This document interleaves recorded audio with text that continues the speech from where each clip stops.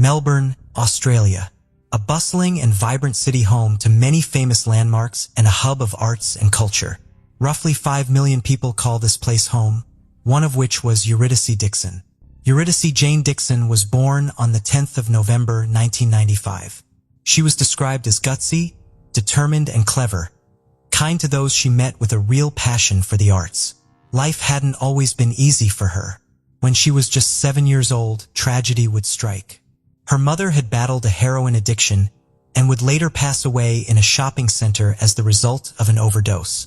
She was close to her siblings, a brother Christopher and a sister Polly, as well as her father Jeremy. Eurydice was described as a born performer and soon began forging a career in stand-up comedy, proving herself to be a formidable and unique voice on the comedy circuit. She was naturally more introverted but began to blossom and come out of her shell, channeling her ideas and her intelligence into her comedy and using it to talk about her experiences. She was described as a staunch feminist who could poke fun at herself and her ideas, with social issues also feeding into her comedy routines. She was incredibly supportive of other comedians, with one person calling her a comic's best friend. She could always find the funny, even if a joke didn't land. She would perform at comedy clubs and was quickly making a name for herself in the bustling Melbourne comedy scene. Tuesday, the 12th of June, 2018. Eurydice performed a set at the Highlander Bar, a place she would often go to, and tried out some of her new material. Her set had gone brilliantly and she was said to be on top of the world because of how well received it had been. After she finished, she left the club and walked with her boyfriend Tony to see him onto his tram before she began her walk home. It was a walk she often did. As she came to Prince's Park, she took her shoes off and walked barefoot from west to east. She loved the park, and did this every time she walked through it.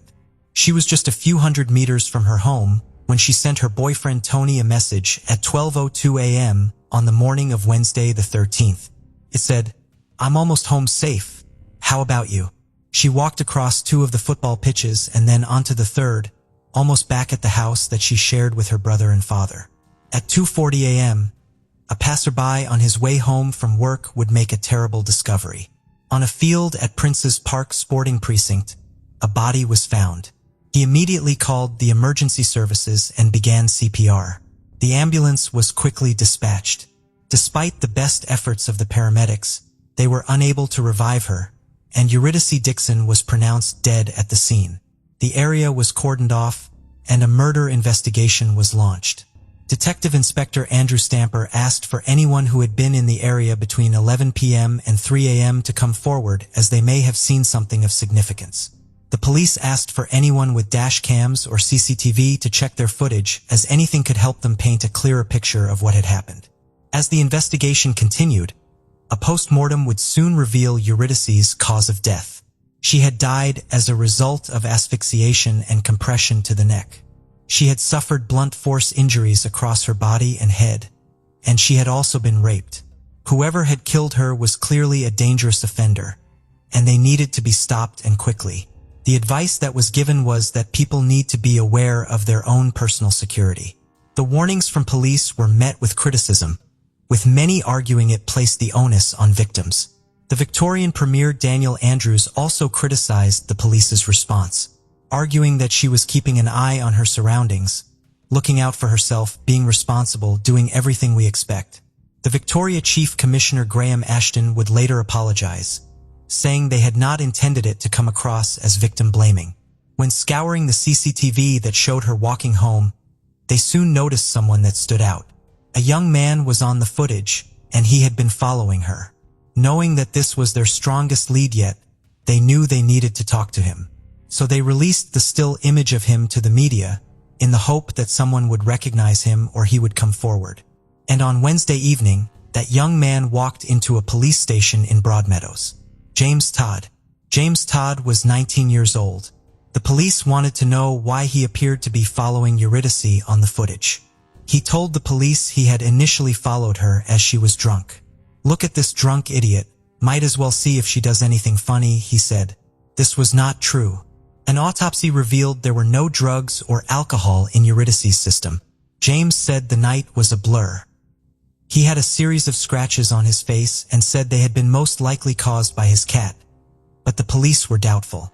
After repeatedly denying that he had any involvement over more than 600 questions, the police said they wanted to obtain his DNA and other forensic evidence, because if he wasn't involved, his DNA would not be at the scene. It was then that he changed his story. "Don't worry about the DNA. I did it. I will tell you everything," he said. The truth about James Todd and what exactly had happened would finally come out. As news continued to spread about what had happened, the tributes for Eurydice began to flood in on social media, with many comedians sharing their thoughts and donating to fundraising efforts to help her family. The Highlander bar where she had performed her last set paid tribute to her. She was a remarkable, talented, kind, unique and universally loved person, and the entire staff as shattered and heartbroken. There were thousands of vigils held across the country, with people from all walks of life coming out to voice their anger and pay tribute to her. Prime Minister Malcolm Turnbull addressed a vigil in Canberra alongside the opposition leader Bill Shorten and said, "This young woman should have been able to walk across the park in her city as safely as she could walk across a room in her home or any public space."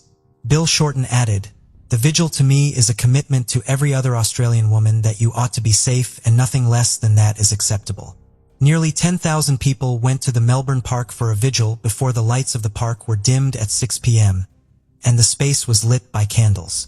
Some of those in attendance had attended the protests and vigils following the murder of Jill Marr, who was killed by a stranger as she walked home, in 2012 in a case we've previously covered. Premier Daniel Andrews called Eurydice's murder a terrible, terrible tragedy, and such a waste, such a senseless, thoughtless, evil act. When he attended the vigil with his wife Catherine, a choir sang Leonard Cohen's Hallelujah as the gathering came to an end. As morning broke on Monday, shocked locals would find that Eurydice's memorial had been vandalized with lewd imagery, and people were left outraged that a memorial could be defaced in such a vile manner. Victoria Police Chief Commissioner Graham Ashton said it was terrible and shocking, and they would bring whoever was responsible to justice. As the outrage over her death continued to grow, several buildings across the country, including Melbourne's Town Hall, were lit with orange lights, the same color used by the United Nations to represent the aim of ending violence towards women and girls. The Prime Minister Malcolm Turnbull also spoke about Eurydice's murder in Parliament. As James Todd sat in Broadmeadows police station, what he had done that day and the horrifying nature of Eurydice's last moments were finally brought to light. On the day of Eurydice's murder, he had finished his classes in hospitality at around 3 o'clock in the afternoon, and then got on a train to go into the city with 3 others from his college course. He later tried to purchase alcohol at Liquorland, but as he didn't have his ID on him, he was not allowed to buy anything. He went to a different store and bought vodka and cigarette rolling papers. He then went to Backman Park with his friends where they drank, before one of his friends decided to call it a day and go home. After finishing the vodka, James went and purchased cider and then some marijuana from men in the park. At 8:30 p.m., they went to the Southern Cross station and Todd purchased whiskey. They then boarded a train going towards Broadmeadows. One of them got off at Flinders Street and James Todd got off at Newmarket.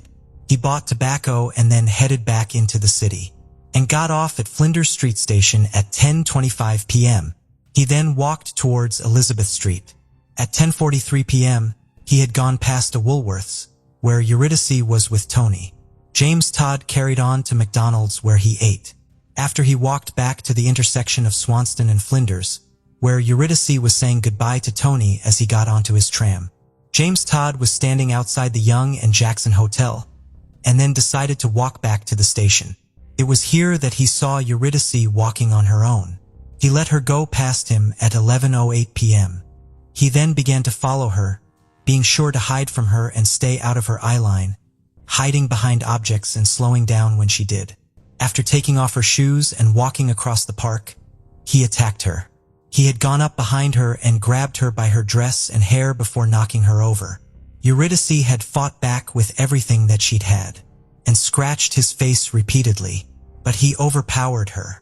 After raping her, he said he strangled her for maybe 5 or 10 minutes. As her body lay in the park, he used the front-facing camera on her phone to look at the scratches on his face for 10 minutes. He then went to Royal Park Station where he fell asleep on a bench at 2:14 a.m. At 3:55 a.m., he walked back through Prince's Park, where he defecated on one of the tracks. He then walked over to where he had left her body and was told to leave the area by police on scene. At 5:50 a.m., he had got on a train to go home. And at 6:37 a.m., he was back in his bedroom and using his iPad to make various searches for Prince's Park and read articles about a woman's body being found there in the early morning hours. He then made internet searches for content relating to rape and strangulation. At 6:34 p.m. he received a phone call from one of his friends, saying he had seen his face on the news. He was the person the police wanted to talk to. He searched the number for the local police station before ringing them to say it was him in the photograph that had been issued. His girlfriend and her mother took him to the station, where his mother was there to meet him. He told his girlfriend she had nothing to worry about.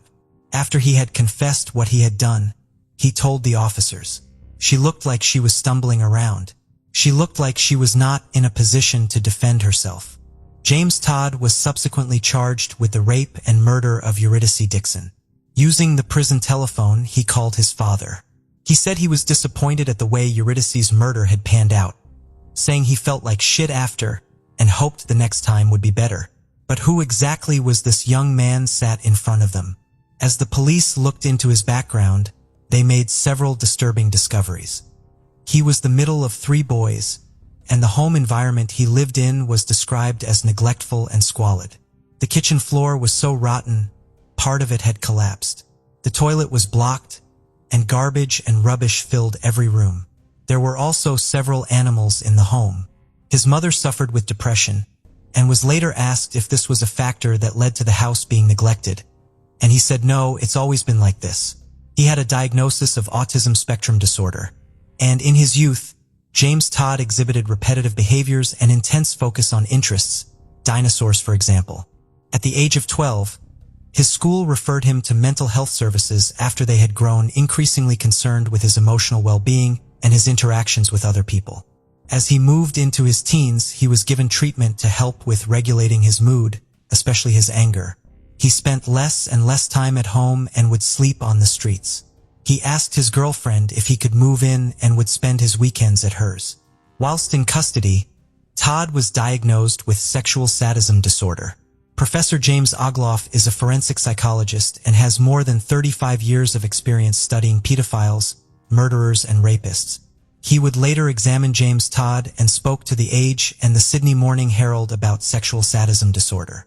He said that it is not entirely known how it develops in people, but that it is extremely rare. He said, "We don't know why this occurs, but we do know there are people like him whose sexual interests appear to be best satisfied by inflicting pain and ultimately ending the life of someone. It is not driven by their hatred of women, it is a sexual interest." The public wants a simple answer, but there is no quick fix. When looking at James Todd's internet search history, they revealed he had looked for snuff films, which are violent sex encounters resulting in death. It was reported that from the age of around 11, he had been accessing increasingly violent pornography and had harbored a fantasy about raping a woman before killing her. On Thursday, the 28th of June, Eurydice Dixon's funeral was held. Her uncle, sister, and old drama teacher were amongst those who spoke at the service. "We'll Meet Again" by Johnny Cash and The Cure's Pictures of You were played. Her friend Kieran Butler described her as having the mind of a lawyer. She was someone who could attack an issue or idea from polar opposite sides. She could genuinely empathize with and understand the point of view or action that she vehemently disagreed with. The emotional service was a fitting tribute to Eurydice. The police would also catch up with the person who had vandalized her memorial.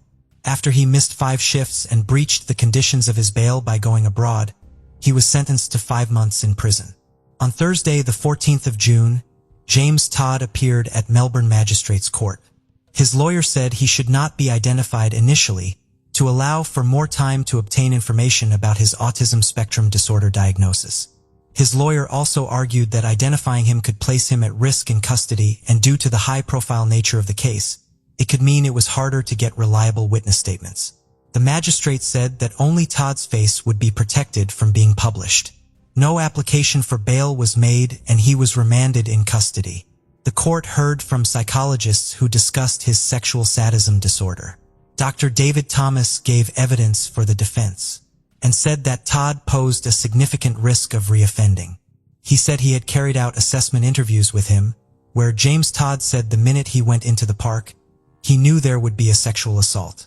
He also said he hadn't been sure he would strangle her until he started attacking her. The court heard that with a sexual partner he had, he'd strangled her during consensual sex, but had stopped when she asked him to. Dr. Thomas said this happened very early on in the relationship. There's no evidence at all that he was, at that point, consuming the kind of pornography that he consumed in the months leading up to the offense. Senior Crown Prosecutor Dr. Nanette Rogers said this showed he was aware that choking could hurt someone. His defense barrister Tim Marsh said he had not planned on murdering Eurydice until the attack had started. James Todd's girlfriend and female friends testified and said that in spite of his upbringing, which was described as dysfunctional, he had always been kind and respectful towards women, with his girlfriend saying, "I found James to be a very normal person. He seemed to always be quite happy and really good socially." Another friend said that James was outgoing and would easily talk to people, even those he didn't know, saying he was someone they would often go to for advice and someone who apologized if they did something wrong. Dr. Thomas and Dr. Ogloff disagreed about how much James Todd regretted what he had done.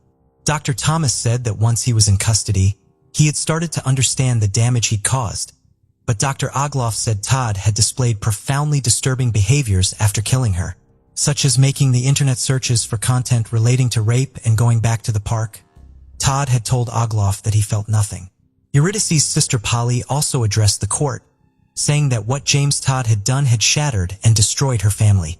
She said she was now suffering from post-traumatic stress disorder following her sister's murder, and that she was seething in anger about what he had done.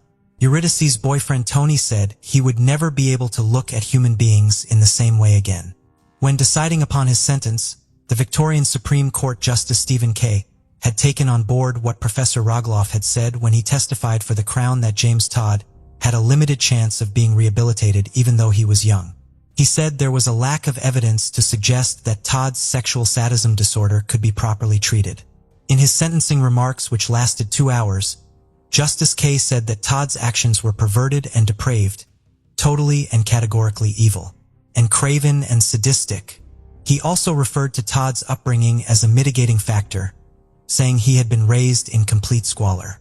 A video was submitted to the court showing a walkthrough of the house he had lived in, and Dr. Thomas said it was one of the most extreme environments he had ever seen in his career.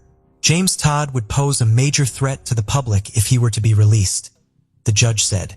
Alongside this was sentenced to 2 years for sexual assault, 11 years for rape, and 7 years for attempted rape, which are to be served concurrently. Following the sentencing, Jeremy, Eurydice's father, spoke to the journalists outside. Following her death, new scholarships for up-and-coming female stand-up comedians were created in her memory, with the state government announcing it before the Melbourne International Comedy Festival opened. Eurydice's father Jeremy and siblings Christopher and Polly said in a statement, "And concern about violence to women, a concern that Eurydice shared in her life." The director of the festival, Susan Proven, said, "The stand-up grant is inspired by the promise and ambition of Eurydice Dixon, a much-loved emerging comedian whose friends remember her as brilliant, brave, and beautiful, unafraid to delve into challenging material and with a big, bold laugh that filled a room. Eurydice Dixon was a bright light in the Melbourne comedy circuit.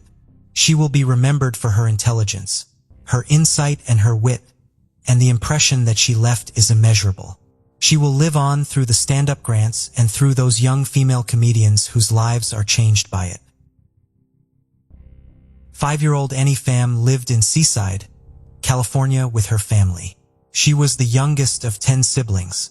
On the morning of January 21st of 1982, Annie convinced her mother that she wanted to walk the few blocks to school alone. She normally walked to school with her mom, but on this particular day, it was raining and she convinced her mom and older brother she wanted to walk to school herself. She never made it to her kindergarten class. Her body was found on the Fort Ord Army base by Army investigators 2 days later, about 1 mile away from her elementary school, near a shooting range. She had been suffocated and assaulted. Investigators collected male DNA from her body and stored it to be used later when DNA technology was more advanced. In the year 2020, Monterey County District Attorney's Office Cold Case Task Force and the Seaside Police Department reopened Annie's case and submitted evidence for DNA testing. In 2022, it was confirmed that 70-year-old Robert John Lanou is the man responsible for taking Annie's life. His DNA matched the DNA found inside her body. He was a former Fort Ord soldier.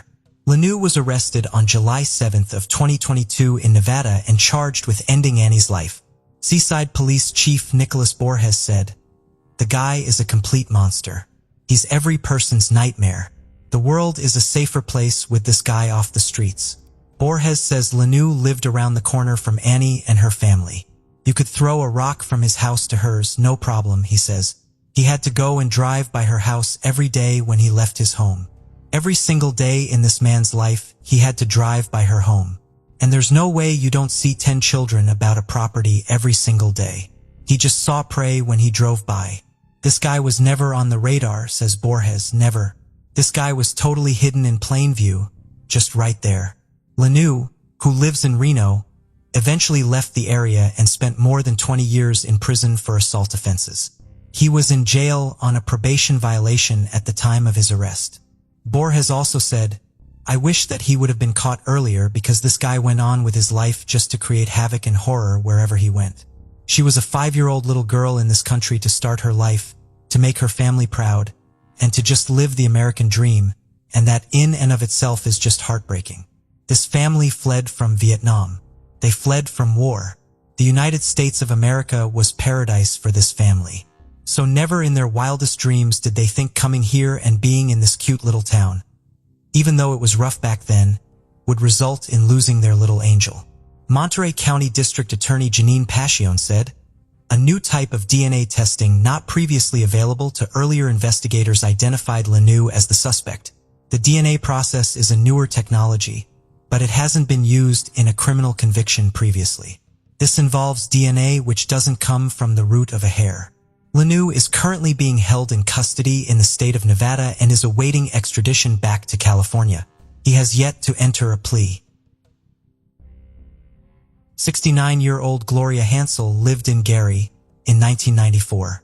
She was a widow who lived alone at her Buchanan Street residence.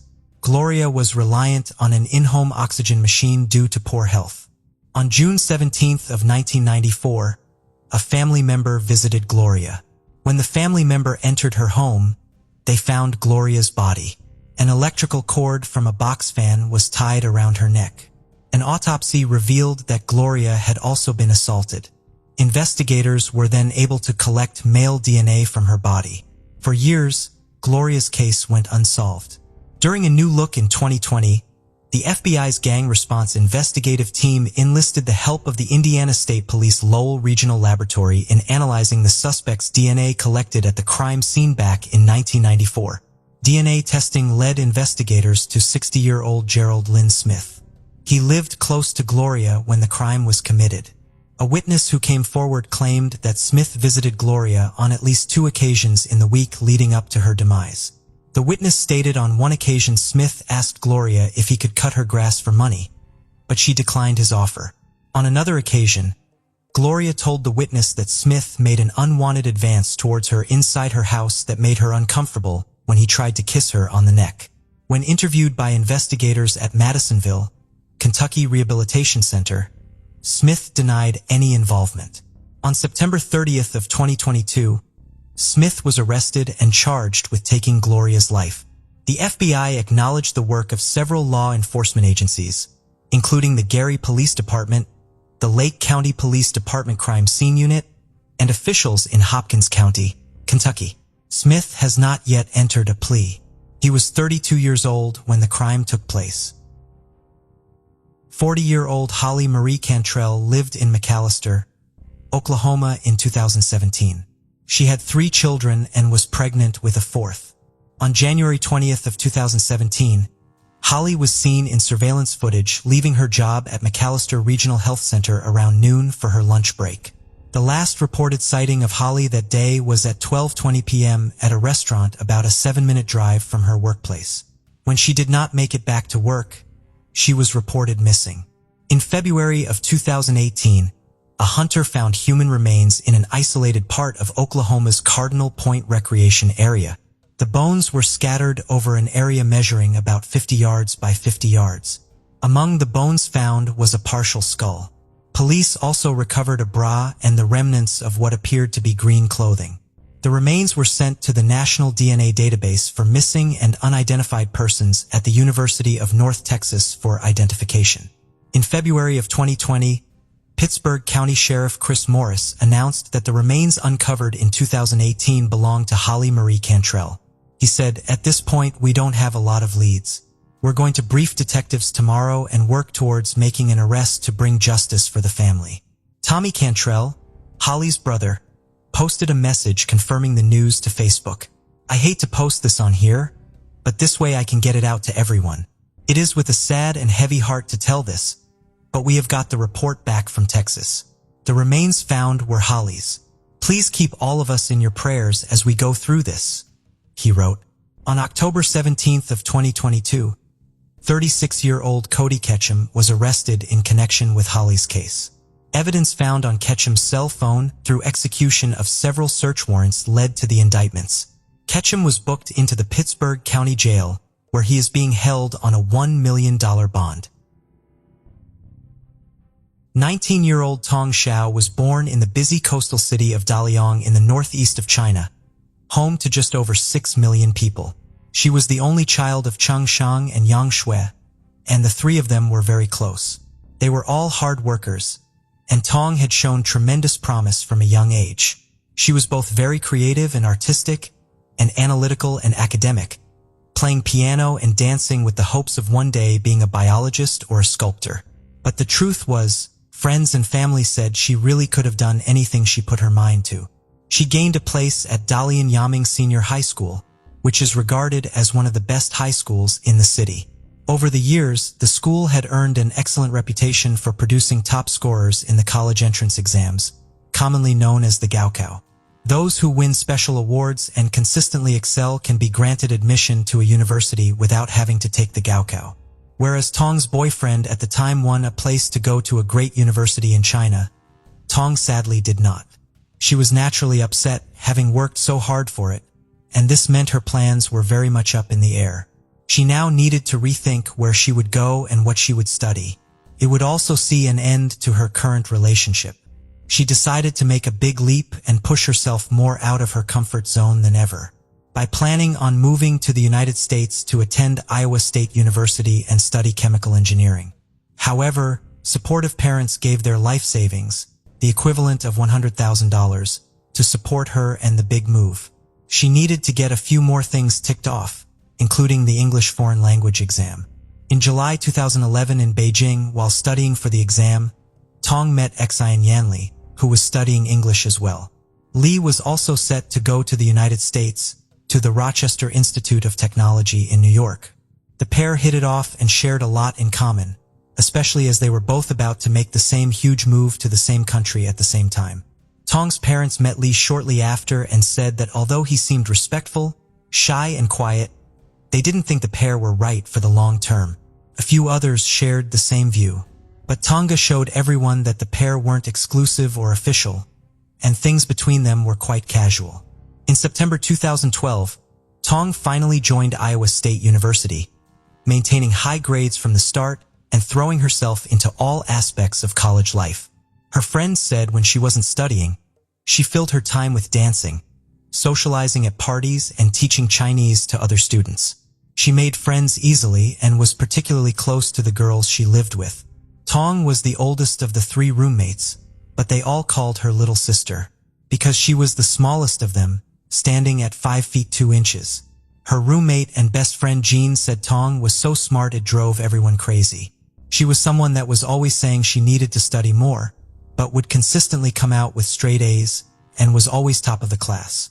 She and Li were still talking long distance, but he soon made quite a surprising decision. He decided he could no longer do the almost 1,000 miles between them and asked to transfer to Iowa State University too. But he didn't have a place to stay and his classes wouldn't start for a while, so he temporarily moved in with Tong and her roommates. Although they said they initially didn't mind, they did admit living with him was awkward. He didn't socialize, he didn't make an effort with any of them, and he didn't help with any chores, leaving mess everywhere. He didn't like Tong being out and away from him, wanting to know where she was and who she was with all the time. Tong was still adamant that they weren't official and was now growing tired of his possessive behavior. It was now about 2 years into Tong's studies and everything seemed to be going fairly well. To the relief of her roommates, was now in his own apartment and officially enrolled in his own classes. But Tong was growing more and more distant from him, telling people she wanted to break things off properly and move on. Further issues had arisen when Lee gave police Tong's address as his own, when he was pulled over for traffic violations. This created more issues with Tong and her roommates, to the point where they didn't even like his name being mentioned and no longer wanted him to visit. On September 3, 2014, Tong spoke to one of her friends, who had recently become something more. The pair had been talking for a while and romantic feelings were growing between them. She said the relationship between she and Lee was just causing issues, and she wasn't happy and hadn't been for a long time. However, she and Lee had pre-planned a motel break that weekend. She said she was going to go and work everything out when she was back, but it was looking likely that she and Lee would be parting ways. For days later, on the night of September 7th, Tong's father sent her a text message. She had told him she was trying to replace a pair of glasses that she'd lost, and he was reaching out to see if she got new ones. The response he got was short and blunt, saying she had borrowed a pair from a friend. He asked if they could talk via video, having not caught up in a while, but she said she was too busy. It was an odd series of messages, and he was a little sad that she had rushed off the phone. One of her roommates then also got a text, but this one had been sent from Lee's phone at 1:30 a.m. It read, "Hey, I'm still in Iowa City, but I lost my phone so I'm using Lee's.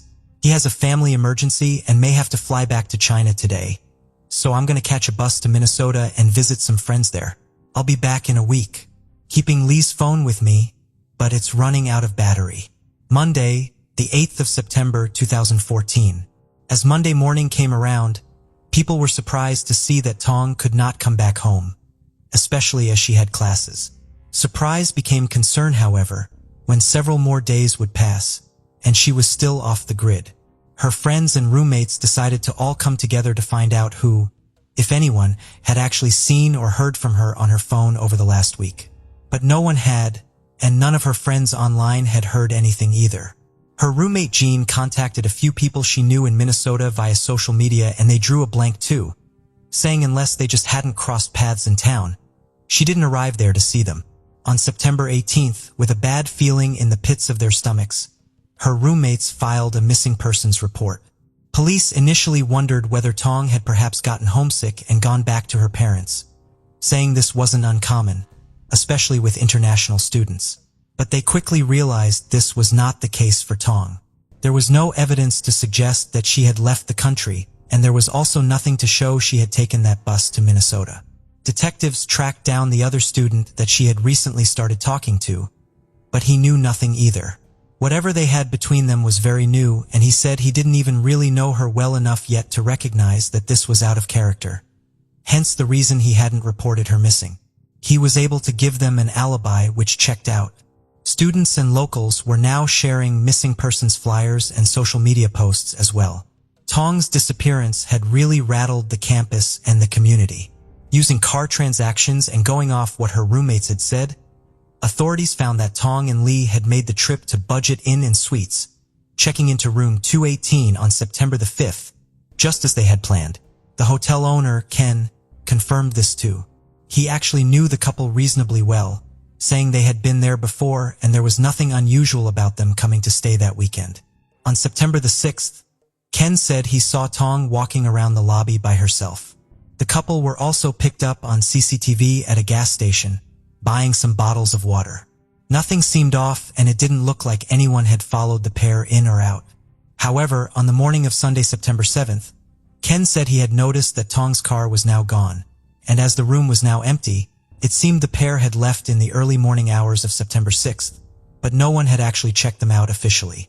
While the hotel had cameras, Annoyingly, there was a glitch in the system and any footage of them checking out had not been picked up. Ken said although there was nothing unusual about checking out of the hotel early, normally the couple were late to check out and had to be asked to leave, so knowing this it did seem a little odd that he hadn't seen them go.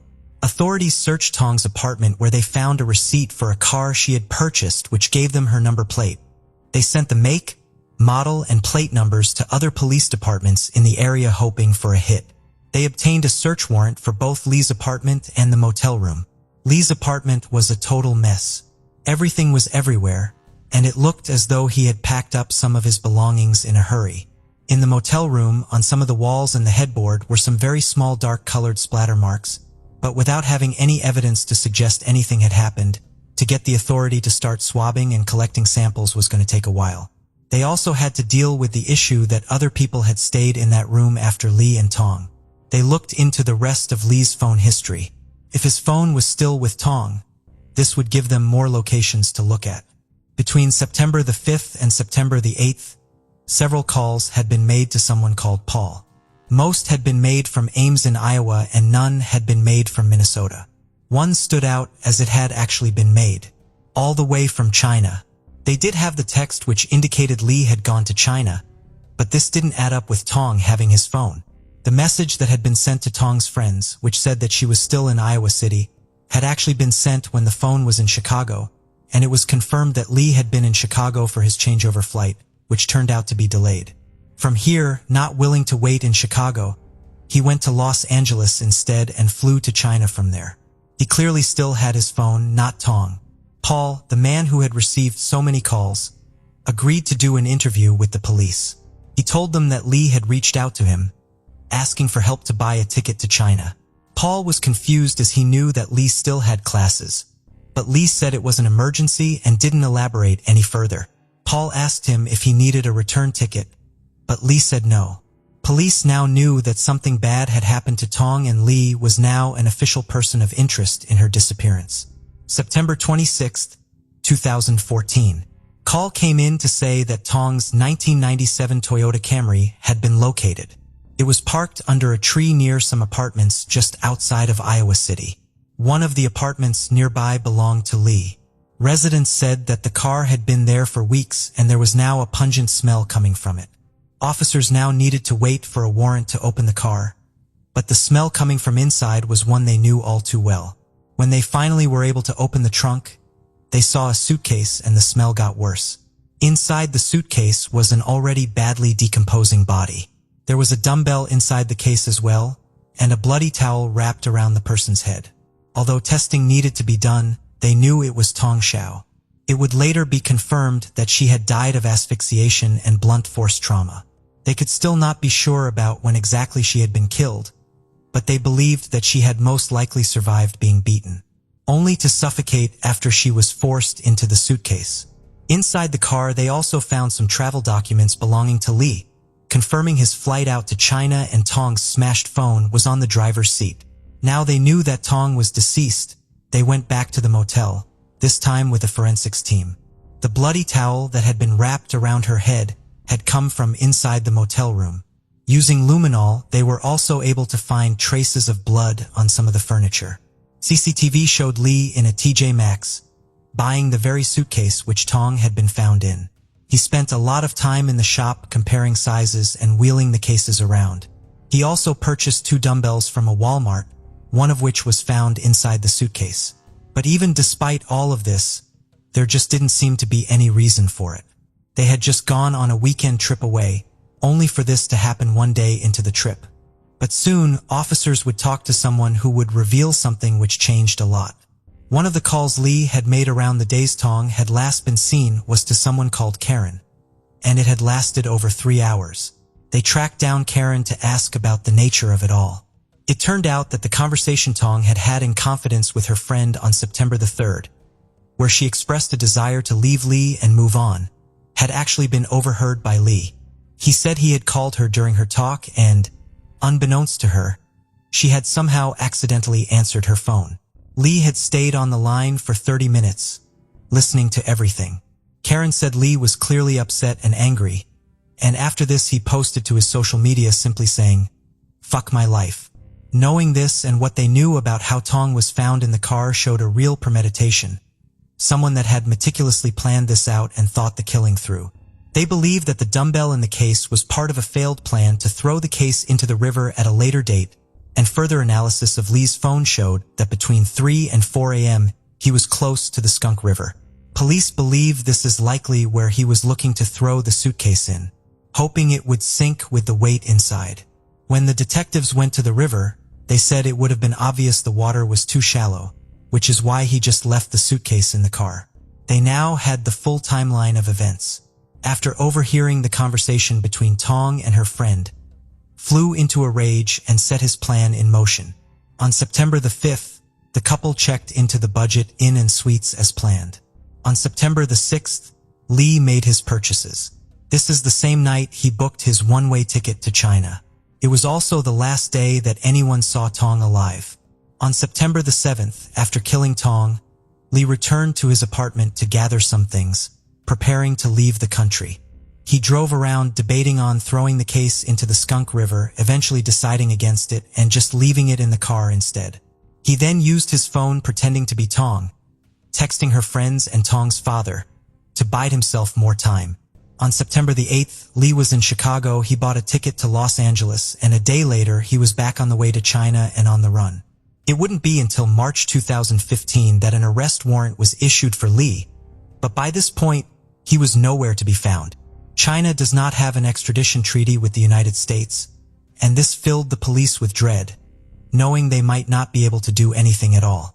Detective Gonzalez, who had been leading the investigation, was determined to get justice for Tong and her family. He said he, along with the district attorney in Iowa, contacted the Chinese authorities and the embassy. To their relief, they agreed to help from overseas, and said they would track Lee down and sort out the arrest there. They issued a press release, and it was now national news in China. People on social media were sharing pictures of Lee's face, and the hashtag #FindLee was trending. In May 2015, Lee, who had been hiding out in Wenzhou and knowing there was no way out of it, finally surrendered and he was taken into custody.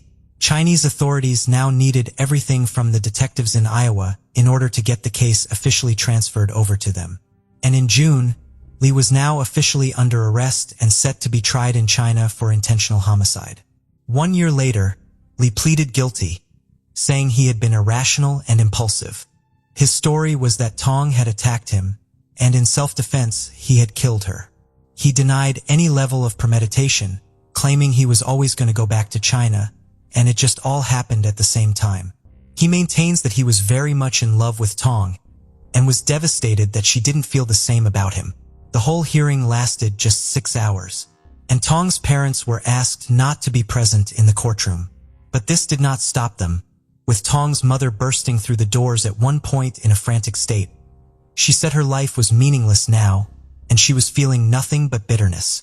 Lee's parents met with Tong's parents, where they begged for forgiveness on behalf of their son and agreed to pay 2 million yuan, the equivalent of about $300,000 in compensation. The verdict for intentional homicide ranged anywhere from 10 years in prison to the death penalty, and Tong's parents said they were hoping for the latter when it came to it. Her father said, "A Chinese saying goes, a murderer should pay for his crime with his life." In June 2016 was handed a life sentence, which could later be reduced to 13 years under Chinese law. But as always, whether this would actually happen or not remains to be seen. The news had devastated her parents so much that her father's health took a serious turn, and he was told he was unable to travel to the United States to bring his daughter's ashes home.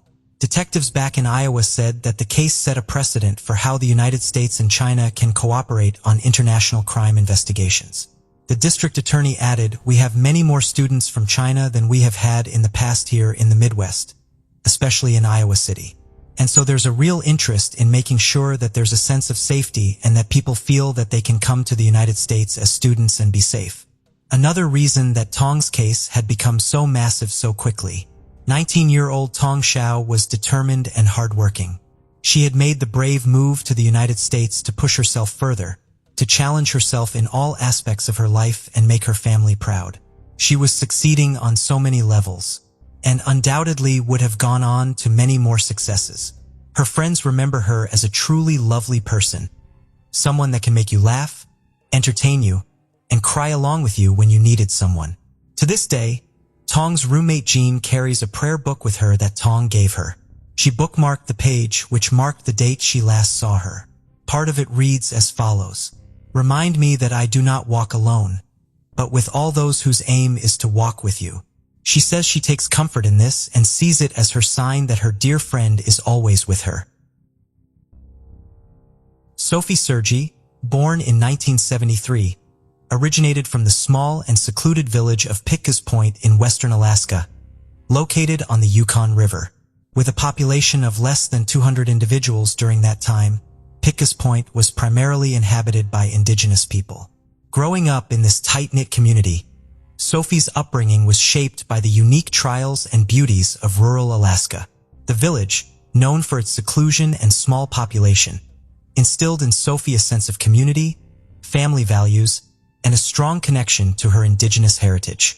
Life in Pitcairn Point was likely characterized by the close bond between community members who shared a common way of life in the remote Alaskan wilderness. Sophie was regarded as an exceptional daughter and an exemplary individual. Her character was defined by qualities such as intelligence, diligence, a resolute determination to pursue her aspirations. Within the community, she became a role model, particularly for the younger generation. Sophie's ambitions extended beyond the confines of her small village, and she nurtured dreams of achieving significant accomplishments in her life. Despite the challenges posed by the remote location and limited resources, Sophie's commitment to education shone through. She managed to secure a full scholarship to the University of Alaska, a prestigious opportunity that necessitated her relocation approximately 500 miles away from her hometown. This transition represented a significant shift from the close-knit indigenous community to the vibrant and culturally diverse environment of the university. Sophie's academic pursuits at the university revolved around marine biology, a field that mirrored her fascination with the marvels of the ocean. As Sophie excelled in her studies, she encountered a pivotal moment in her life that compelled her to temporarily pause her college education. The reasons behind this decision were twofold.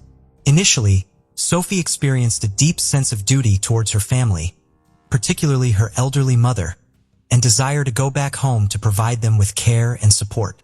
Additionally, she acknowledged the financial limitations that came with her educational journey and made the decision to work and save money for necessary dental surgery. Throughout her time away from university, Sophie assumed the role of a teacher's assistant at a school in her hometown village. This choice demonstrated her dedication to contributing to the community and showcased her strong work ethic. By taking charge of her financial situation and striving to save money for her dental surgery instead of relying on her family, Sophie displayed her independence and sense of responsibility.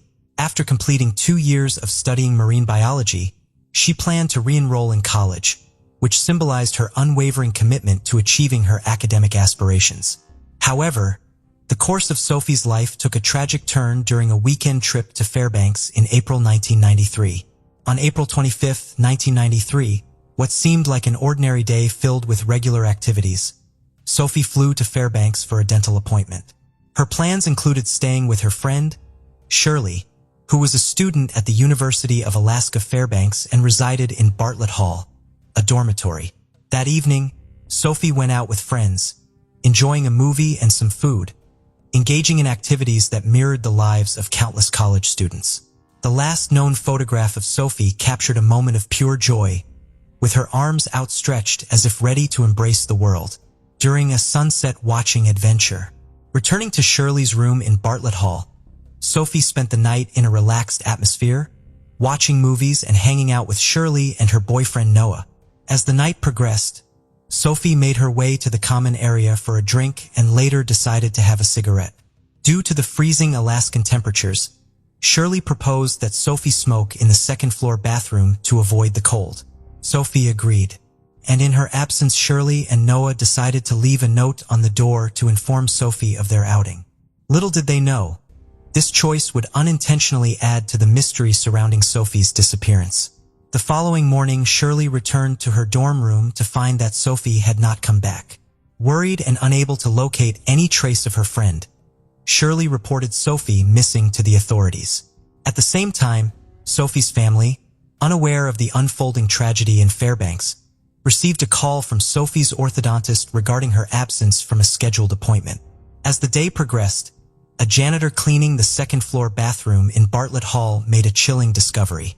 Sophie Sergi's body was discovered in the bathtub, having suffered a brutal assault involving binding, gagging, tasering, beating, stabbing, and ultimately a gunshot to the back of her head.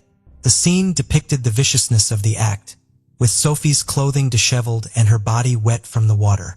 The revelation shook the University of Alaska Fairbanks community, prompting an immediate investigation by local authorities.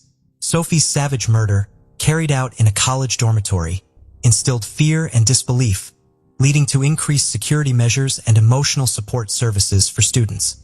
In the aftermath of Sophie's body being found on April 26, 1993, law enforcement, forensic specialists, and detectives swarmed the dormitory to meticulously scrutinize and document every detail of the crime scene. The severity and brutality of the crime necessitated a comprehensive investigation to bring the perpetrator to justice. Authorities gathered evidence, methodically examining the bathroom for fingerprints, hair samples, and potential DNA. In spite of the limitations of forensic technology in 1993, investigators acknowledged the significance of preserving these samples for future advancements in DNA analysis. Sophie's autopsy yielded no illicit substances or alcohol in her system, further underscoring the seriousness of the crime committed against her.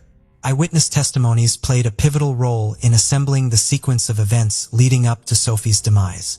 Two students, Vanessa Allen and Jennifer Roy, later provided valuable information. Vanessa, who resided in the dormitory during the semester, recounted feeling uneasy on the night of April 25th as she entered the seldom-used east side bathroom. She noticed a light on in the tub room, an uncommon sight that raised her suspicions. Vanessa heard unsettling noises resembling firecrackers emanating from the adjacent room. Similarly, Jennifer Roy, a graduating senior, was studying late on the west side of the dormitory. She heard distinct sounds through the shared wall with the other bathroom around 1:30 a.m. on Monday. Jennifer perceived an unidentified rustling sound, a loud thud against the wall, and murmuring, speculating that it might involve a male and a female. The combination of witness testimonies, forensic evidence, and the gruesome details of Sophie's assault prompted an intensified effort to identify and apprehend the perpetrator. The investigation encountered challenges due to the transient nature of college campuses, with students departing for the semester and some never returning. Tracing individuals for questioning proved arduous as room assignments frequently changed and the dormitory roster did not consistently reflect accurate residency. As investigators conducted interviews and pursued leads, they aimed to reconstruct the timeline of events on the night of the attack, narrowing down the window between 1 a.m. and 5 a.m. when Sophie's life was taken. Over the years, the Sophie Sergi case evolved into a cold case, one that investigators revisited periodically. With the advancement of forensic techniques, particularly in DNA analysis, authorities seized the opportunity to reassess the evidence. The focus shifted towards harnessing the potential of the preserved DNA samples in hopes of identifying the individual responsible for Sophie's brutal murder. A breakthrough occurred in 2018 with the progress made in DNA testing capabilities. The preserved samples underwent modern DNA analysis, enabling investigators to construct a genetic profile of the suspect. This profile could then be compared to DNA databases, significantly increasing the likelihood of finding a match. The unwavering pursuit of justice and the dedication to utilizing emerging forensic technologies played a vital role in bringing closure to Sophie's case. Genealogical DNA analysis, a method that gained prominence in solving cold cases, played a pivotal role. This technique involves comparing DNA from the crime scene with publicly available genetic databases, potentially leading to the identification of familial connections. Genealogical DNA analysis has proven instrumental in unveiling suspects in cases that have remained unresolved for decades. The investigation reached a turning point when Stephen Downs, a resident of Maine, emerged as the primary suspect. Further investigation revealed that at the time of the violent attack, Downs was attending the University of Alaska Fairbanks and residing in the dormitory where Sophie's life was tragically taken. Despite denying any connection with Sergei during his 2019 interview, Downs was arrested when his DNA definitively matched the sample collected decades ago from Sergei's body. He was subsequently extradited from Maine, where he worked as a nurse. Throughout the trial, prosecutors gathered evidence linking Downs to the crime scene, presenting a compelling case against him. Key witnesses including Vanessa Allen and Jennifer Roy provided crucial testimony, recounting their experiences on the night of the attack and offering valuable insights into the events that unfolded. The trial centered around reconstructing the sequence of events leading to Sophie's untimely death, relying on the recollections of those present in Bartlett Hall on that fateful night. The combination of witness testimonies and advancements in forensic technology proved to be a formidable force in the pursuit of justice for Sophie Sergei and her bereaved family. Ultimately, the trial reached its conclusion, resulting in Stephen Downs being sentenced to 75 years in prison for the assault and the loss of Sophie Sergei's life. Even though justice has been served, the profound impact of Sophie's tragic demise continues to linger. While her friends and family found closure nearly 3 decades later, their lives have been forever changed by the tragic events of 1993. The journey from an unsolved cold case to the apprehension and conviction of Stephen Downs exemplifies the transformative role of genetic genealogy in delivering justice to victims and solace to grieving families. On January 4, 1996, a tragic incident occurred in Santa Ana, California. Christopher Hervey, a 22-year-old, lost his life while defending himself during a failed robbery. The only person present during the incident was his girlfriend, Jade Benning, who promptly reported the crime to the authorities. Fast forward to 2 decades later, an anonymous tip has sparked renewed interest in the case, revealing an unexpected suspect.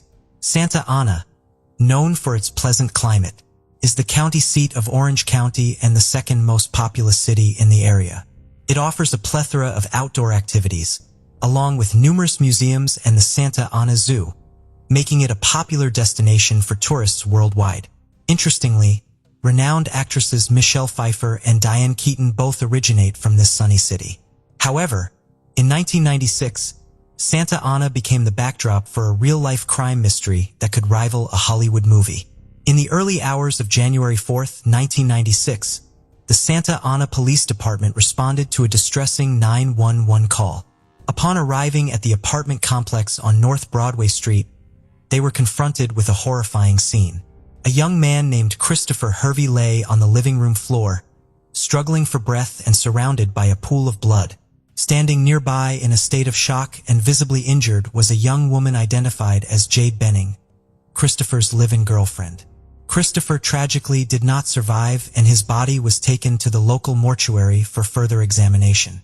Jade, being the sole witness to the crime, was questioned by the police after recovering from the initial shock. She recounted that she and Christopher had been sleeping in the living room due to ongoing renovations in the apartment. Upon waking up around 3 a.m., she witnessed Christopher engaged in a struggle with an unknown assailant. In her attempt to intervene, she was injured when the attacker slashed her right hand. Detectives took notice of the injury on her right hand. At that moment, Christopher had already collapsed onto the floor and the intruder had escaped through the rear exit. Subsequently, she dialed 911 to report the incident and request assistance. Jade underwent further questioning by the police, but her general statements were eventually verified, leading to her release without charges and exclusion as a suspect. An immediate investigation into the case was initiated by the investigators. After interviewing multiple neighbors, they obtained information that supported Jade's account. The neighbors reported hearing a heated argument emanating from the apartment 15 minutes prior to the arrival of the police. Additionally, one neighbor claimed to have witnessed a man fleeing from the scene. Although the darkness prevented the identification of any specific features, the neighbor confirmed that the man's manner of walking was masculine. Despite conducting a thorough search of the apartment, minimal findings were obtained. The apartment was in disarray, but no murder weapon was discovered either inside or in the vicinity of the apartment complex. Crime scene technicians diligently worked to collect any potential DNA or fingerprint evidence. They also secured items from Christopher and Jade's apartment that could be used as evidence. In the subsequent days, An autopsy was conducted on Christopher, revealing multiple stab wounds to his upper chest. The punctured major arteries resulted in fatal bleeding. Samples were taken from his body for DNA testing, including swabs and fingernail clippings. Following the completion of the necessary procedures, Christopher's body was released to his family and laid to rest in a private ceremony at Forest Lawn Memorial Park in mid-January 1996. Subsequently, Christopher's family chose to maintain their privacy and declined media interviews. From the outset of the investigation, the detectives encountered numerous obstacles. The fingerprints found at the crime scene were all accounted for, and no matches were found in any criminal database. Furthermore, there was no trace of a murder weapon. Interviews with individuals close to Christopher and Jade failed to provide any significant leads. The case of Christopher Hervey's murder seemed to have reached a standstill, leaving Jade and the family and friends in a state of limbo. Despite the passage of time, no new leads emerged, and the investigation appeared to have hit a dead end. The authorities concluded that the motive behind Christopher's killing was a failed robbery attempt. Following the tragic event, Jade returned to her family and continued her life. Over the years, she had lived in various locations across California, including Arleta, Huntington Beach, Santa Ana, and Anaheim. Eventually, she made her way to Las Vegas, Nevada in 2001, before finally settling down in Austin, Texas. Jade managed to keep a low profile, evading media attention, and little information was available about her life after Christopher's death. It remains uncertain whether she ever married, but there are reports suggesting that she had 3 children. Additionally, Jade owned her own vintage clothing company. The case seemed to have gone cold, leaving Jade and the loved ones of Christopher in a state of perpetual uncertainty. However, a glimmer of hope emerged in January 2020, when the Santa Ana police received an anonymous letter containing previously undisclosed information.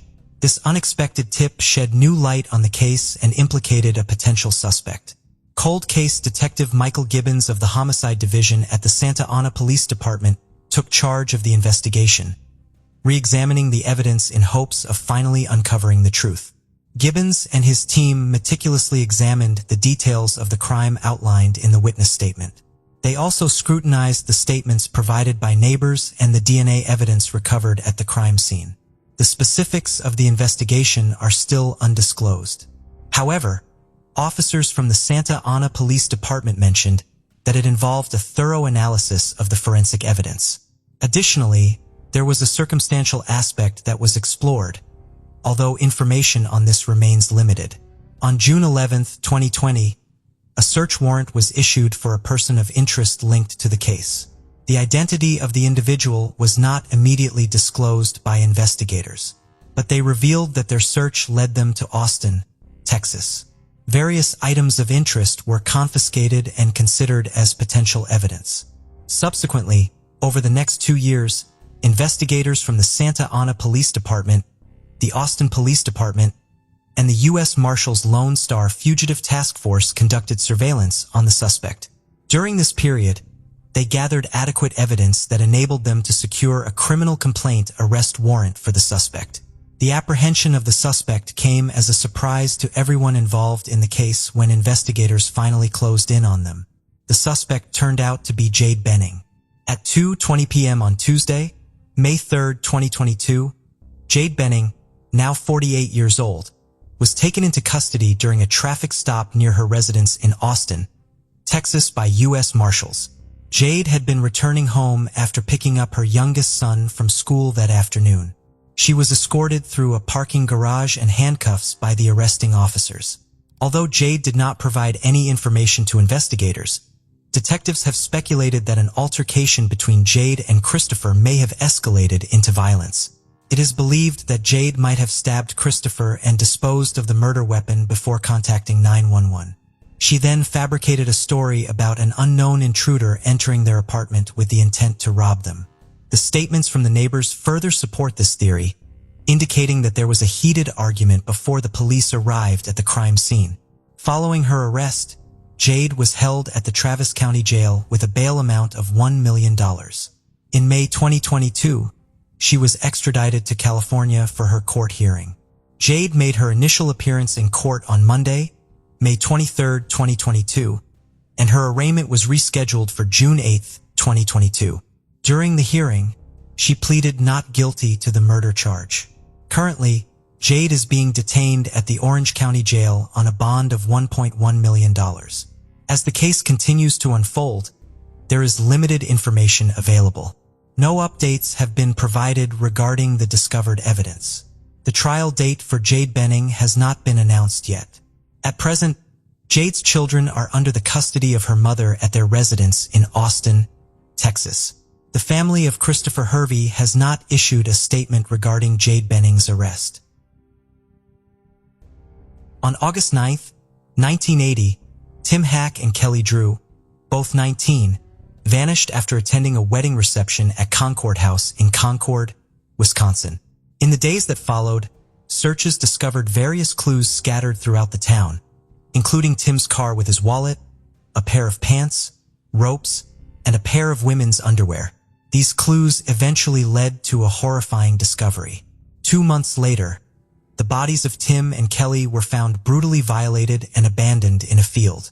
It took nearly 3 decades, but advancements in DNA technology, along with an unexpected witness and a determined investigator, finally revealed the identity of the perpetrator, a seemingly unassuming man whose dark secrets were unknown even to his neighbors. But who was this man? And why did it take so long to uncover the truth? Today's narrative takes us back to Concord, Wisconsin, a small town in Jefferson County with a population of just over 2,000. Known for its tranquil parks and natural beauty, Concord is a haven for outdoor enthusiasts who enjoy activities like hiking, biking, fishing, and camping. With a violent crime rate of only 7%, significantly lower than the national average of 22.7%. Concord was a place where people felt safe, rarely locking their doors and looking out for one another.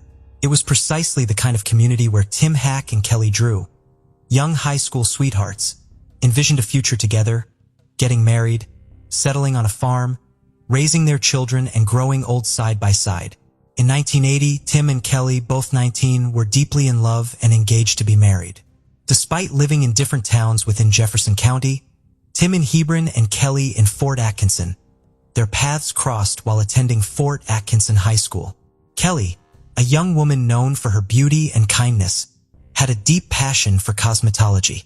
On the other hand, Tim, a hardworking farm boy, possessed strength and determination. Both individuals were adored by their loved ones for their compassionate nature. As a couple, Tim and Kelly served as role models for other young people. After graduating from high school, Tim pursued a career in farming with his loyal companion, being a tractor affectionately named the Lonesome Loser. Meanwhile, Kelly attended beauty school and recently completed her studies in 1980, aspiring to become a skilled hairstylist and beautician. On August 9, 1980, Tim and Kelly attended a wedding reception at Concord House, Wisconsin. Following the celebration, they had plans to meet friends and enjoy a carnival. However, they failed to appear. The last sighting of them alive was around 11 o'clock p.m. on August 9, 1980, when they departed from the reception. Concerned by their absence and lack of communication, by the morning of August 10, 1980, Tim's father, David Hack, reported them as missing. On the same day, David discovered Tim's brown Oldsmobile parked at Concord House, containing Tim's wallet with $67, his jacket, and his checkbook, all locked inside. The case took a significant turn on August 15th when searchers discovered Kelly's pants and underwear by the roadside, approximately 3 miles away from Concord House. These garments were found to have male bodily fluids on them. Additionally, ropes with military-style knots were found nearby, suggesting the involvement of an individual with military experience. This discovery drastically altered the nature of the investigation. It was no longer a matter of locating a couple who may have chosen to embark on a romantic escapade.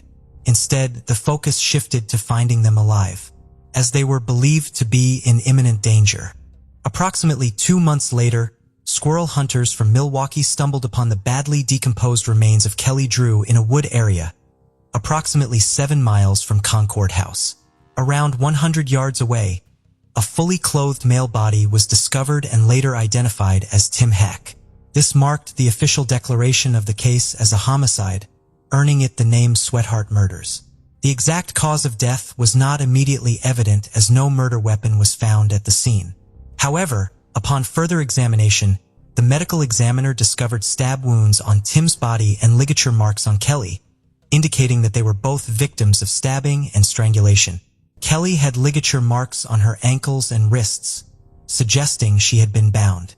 The presence of ligature marks and insect activity around her throat area indicated that she was most likely strangled. Additionally, bodily fluids found on Kelly's clothes pointed towards a sexual assault. The Swaithup murders captivated the nation due to its sensational nature. 2 young lovers brutally murdered, with the killer or killers still unidentified. The investigation began by interviewing acquaintances of the couple, searching for anyone who may have harbored enough hatred to commit such a heinous act. The police also questioned individuals present at the wedding reception, including the staff at the Concord House where the event took place. Among those interviewed was Edward Wayne Edwards, a handyman employed at the Concord House.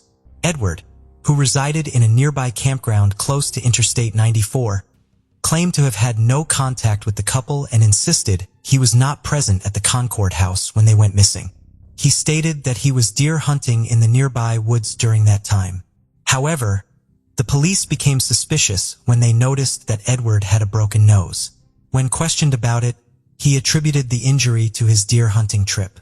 This raised concerns among investigators as deer hunting season in Wisconsin typically occurs in November, not August. Following the police interrogation, Edward relocated his wife and 5 children away from Wisconsin in September 1980. In the midst of the investigation, the investigators relied heavily on eyewitness accounts of a van with a grimy appearance that had been parked alongside Tim's car at the Concord House parking lot. Witnesses reported that the van abruptly departed under suspicious circumstances around the time Tim and Kelly were last seen. Edward happened to own a van that matched the description and was known to possess a .357 revolver.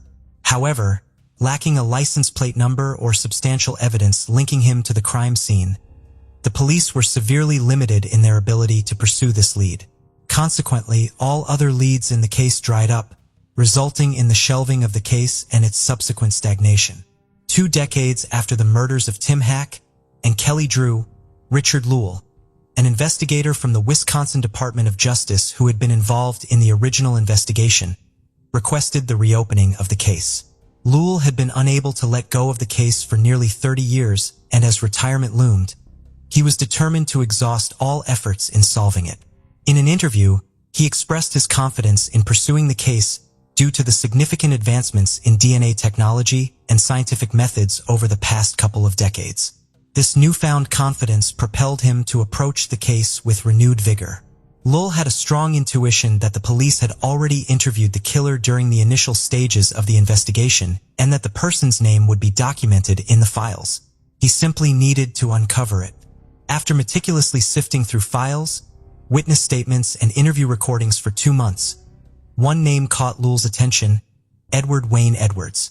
Not only did Edward possess the means and opportunity to commit the crimes, but the fact that he relocated his entire family out of Wisconsin shortly after being interviewed by the police raised significant suspicions. Encouraged by this discovery, Lowell, along with a team of cold case investigators, resolved to pursue their hunch that Edward was the potential killer. When Edward's neighbors in Concord, Wisconsin were interviewed, it was revealed that he was a challenging person to live with. Described as short-tempered and volatile, he often resorted to violence towards his wife and children. One neighbor even went as far as to call him a monster. Edward's son, John Edwards, characterized him as troubled, mentioning his inability to control his emotions and the presence of underlying rage. In 2009, April Bellagio, Edward's daughter, reached out to authorities with crucial information regarding the cold case murder of Tim Hack and Kelly Drew. She believed that her father, Edward Wayne Edwards, was involved in the crime due to his extensive criminal background. April, who had always been intrigued by her father's mysterious life, felt compelled to share what she knew. Edward Wayne Edwards, born in Akron, Ohio in 1933, faced a tumultuous childhood after losing his parents and being placed in an orphanage. His experiences there, marked by abuse, contributed to his rebellious nature as a teenager. With a history of minor offenses, Edward's criminal record began at a young age, leading to his enlistment in the U.S. Marines at 18.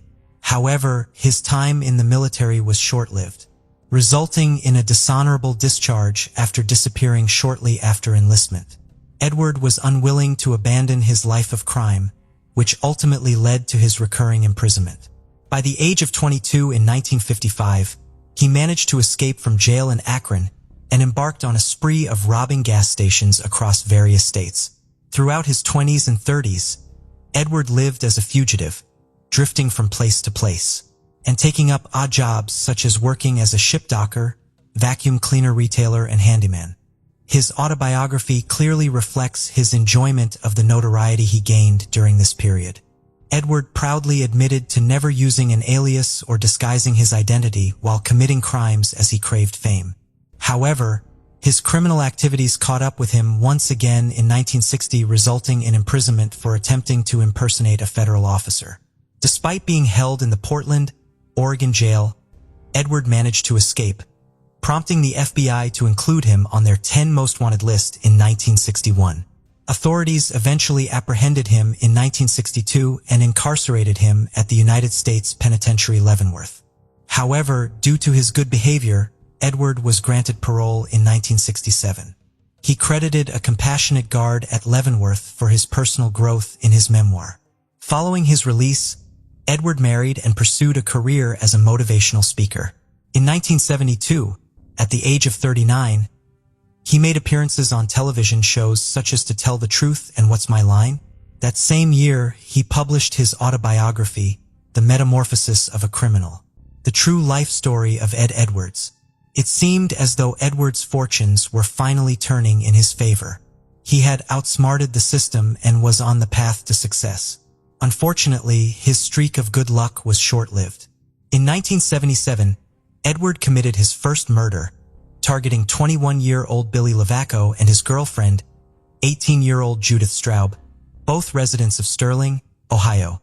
The couple went on a date on August 7, 1977, but never returned. Later that day, Judith's car was discovered in the parking lot of Silver Creek Metro Park, with her shoes and purse left behind. On August 8th, the day following the incident, Norton Police, along with the assistance of family members and a National Guard helicopter, initiated a search for Billy and Judith. The search party eventually discovered their lifeless bodies concealed within the dense vegetation near the Metro Park. It was evident that they had been ruthlessly shot at close range with a 20-gauge shotgun. At that time, investigators were unable to establish a connection between Billy and Judith's case and Edward, allowing him to evade justice for the murders. These killings established a pattern that would persist with the subsequent murders of Tim and Kelly. Meanwhile, by 1982, at the age of 49, found himself incarcerated once again in Pennsylvania, this time for arson. Nevertheless, he took pride in his criminal achievements. In 1993, Edward penned a letter to the FBI requesting his criminal and historical records from various cities across 19 states. Supposedly, these records were intended for a new book he was writing, delving into the lives of criminals he had encountered during his time in prison, including individuals like Tony Provenzano, Charles Manson, and Jimmy Hoffa. In 1996, at the age of 63, committed his third murder. This time, his victim was his foster son, 25-year-old Danny Boy Edwards, who had resided with him in Burton, Ohio, for a span of 7 years. Prior to his tragic demise, Danny Boy had served as a soldier in the U.S. Edward somehow managed to persuade him to desert the army and return home. Once Danny Boy arrived, Edward deceitfully lured him into the nearby woods, where he callously ended his life with 2 gunshots to the face. Edward then callously left Danny Boy's body in a shallow grave, which was eventually discovered by a hunter who promptly alerted the authorities. Similar to his initial set of murders, Edward managed to evade justice for the killing of Danny Boy for a couple of years. Individuals close to Edward, such as his son John and daughter April, described him as a deeply troubled individual. His abusive behavior towards his wife and children was extreme, leading his children to flee from home as soon as they could to escape his torment. Investigators strongly believed that Edward perfectly fit the profile of stereotypical serial killer. His extensive criminal history, coupled with his physical violence towards family members and the fact that he wrote a book detailing his crimes, all pointed towards his narcissistic nature. Edward's military background provided him with the knowledge to tie the knots on the ropes that were believed to have been used to strangle Kelly. His history of arson further reinforced the perception of him being extremely controlling. Despite his elderly appearance and reliance on an oxygen tank and wheelchair due to his weight, his neighbors in Louisville, Kentucky, were unaware of the evil mind that lurked within him. However, with new evidence and April's statements, investigators have a stronger basis to suspect Edward's involvement in the murders. Upon visiting his home in Louisville, Edward initially denied any knowledge of Tim Hack and Kelly Drew's murders. But under further questioning, he admitted to being at the Concord house on the night of the murders and seeing the couple. He also confessed that he had not been deer hunting that night, contrary to his earlier claims. Edward agreed to a salivar swab for DNA testing, confident that it would not reveal anything incriminating. However, the DNA test results matched the DNA found on Kelly's pants. In 2009, Edward was living in a trailer park in Louisville, where he was well-liked by his neighbors who were unaware of his dark past. It wasn't until he was brought to Wisconsin and charged with the murders of Tim Hack and Kelly Drew that his true nature was revealed. During the interview, Edward was presented with the DNA test results, further implicating him in the crimes. Investigators requested an explanation from him regarding the presence of his bodily fluids on Kelly's clothes. Edward began to stutter, fabricating a tale about an intimate encounter with Kelly on the evening of August 9, 1980, claiming it was consensual. He fidgeted in his seat, gesturing wildly, sensing the investigator's skepticism. He let out a sigh and muttered something quietly. Upon reviewing the interview recording numerous times, investigators recalled the moment when Edward muttered, "Damn it, I killed her." This admission sealed his fate. Edward opted to plead guilty to the murders of Tim Hack and Kelly Drew. In April 2010, Edward Wayne Edwards was found guilty of the 1980 Sweetheart murders and received 2 concurrent life sentences. Despite his request for execution, Wisconsin did not have the death penalty. Retired homicide detective Phil Waters noted that Edward had a history of incarceration and understood the harsh reality of prison life.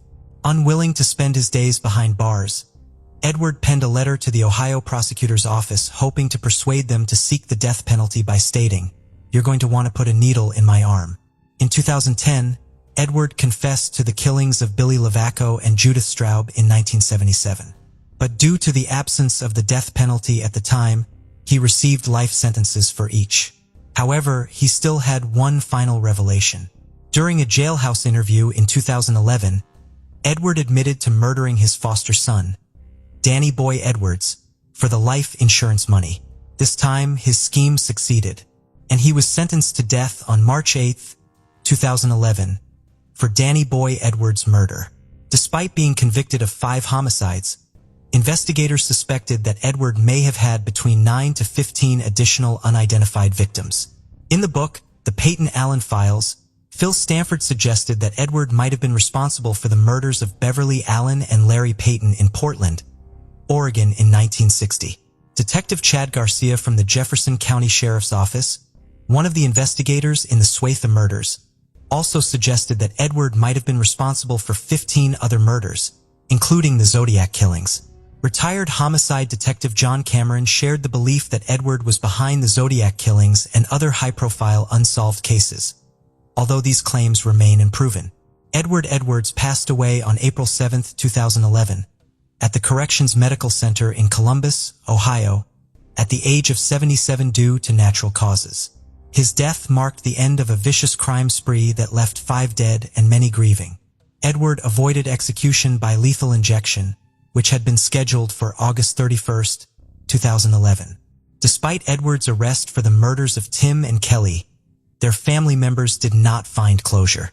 Norma Walker, Kelly's mother, expressed how Edward's arrest brought back painful memories instead of providing closure. Pim's father, David, felt relief that it was finally over and was grateful for the DNA technology that confirmed Edward as the killer. Edward's daughter, April Bellaccio, who helped solve the cold case, now dedicates her time to assisting other families of victims with unsolved cases through her podcast, The Clearing. Tim Hack and Kelly Drew had promising futures ahead of them, but their lives were tragically cut short by their killer, Edward Wayne Edwards. Edward, the serial killer, had no personal vendetta against the couple. They were simply in the wrong place at the wrong time, adding to the tragedy of their story. Following Edward Wayne Edwards' arrest and the conclusion of the cases, the loved ones of Tim Hack and Kelly Drew, along with the other victims, still struggled to come to terms with the aftermath of the tragedies. Even though Edward's conviction provided some closure, the wounds inflicted by his deeds remained profound. 65-year-old Willie Butler lived in La Mesa. He loved to play golf and was described as a pretty good family man. On August 10th of 2009, Willie's sister Dorothy and her grandsons went to Willie's home because they hadn't seen him in 2 days. Dorothy found the front door locked, and when no one came to the door, her grandsons broke a window to get inside. Dorothy then saw her grandsons coming back out of the house screaming. They told her that they saw Willie face down on the ground. Police officers who arrived at the scene confirmed that Willie had been beaten in his own home. Frustratingly, despite an exhaustive investigation, Willie Butler's case went cold for many years. Then finally, on October 19th of 2020, La Mesa Police Chief Josh Peterson arrested 49-year-old Tommy Joe Manuel Jr. in connection with Willie's case. Manuel was already in the Dawson County Detention Center on drug charges. Says that Manuel was shocked and in general denial over the whole thing. Peterson also said that they concluded Manuel was responsible when a lieutenant came across his name in a report, which led to further information which lucky enough broke the case wide open after all these years. Peterson said he could not elaborate on the possible motive at this time, but said he contacted Willie's family to tell them the news. They were in shock. I believe they had, the best way I can describe it, maybe they had lost hope after all of this time, but they were very grateful that we were able to bring them closure that they had wanted for so long. La Mesa Mayor Josh Stevens said he knew Willie well. I played golf with him. When you got teamed up with him, you knew you were going to have a good afternoon. An infectious smile, great laugh, Stevens said. It was just heartbreak. When something like this happens in a city of our size, it really takes a hit at another level. We all know each other well. Linda Lois Little lived in Daytona Beach in 1991. She was a North Carolina native and moved to Florida 2 years earlier. Linda vanished after her shift as a waitress around 1 a.m. on October 11th of 1991. There were never really any leads and the case went cold for a long time. Then in 2020, 53-year-old Michael Townsend confessed to taking the life of Linda Little. He is already serving a life sentence for the 2007 slaying of another woman. Townsend told investigators that he found God, and that is why he decided to confess after all these years. He told investigators that his father and grandfather abused him as a child. He blamed his mother and other women in his life for not protecting him. As a result, he developed a hatred for women. Linda and Townsend met at a hotel bar in Daytona Beach. They were enjoying a few drinks, and then according to Townsend, he just snapped. Townsend declined to provide additional details on where Linda's remains are located. In 2022, investigators concluded that his confession is legitimate after investigating the details he shared, and he was indicted for the crime. Townsend was living in Orlando back in 1991 and would travel to Daytona Beach often. Linda's sister Wanda Henson expressed gratitude for the confession and said it provided closure. "I know this is crazy," she said. "I really want to thank Townsend for letting the family know what happened. I've forgiven him." For those wondering about the other victim of Townsend, here is a quick overview. Townsend bludgeoned a childhood friend named Sherry Carmen on January 16th of 2007. She was on a sofa in Townsend's living room when he struck her with a heavy metal pipe and hammer. Townsend claimed he got furious because she gave him AIDS, but an autopsy revealed she did not have the virus. He pled guilty and was sentenced to life in prison without the possibility of parole. According to investigators, he has confessed to being responsible for more lives taken than just Linda and Sherry's. They are still investigating to see if he was involved in more cases or not. 42-year-old Shalia Jones lived in Phoenix, Arizona in 2005. She was a U.S. Air Force veteran. Shalia was known to her friends as Stevie.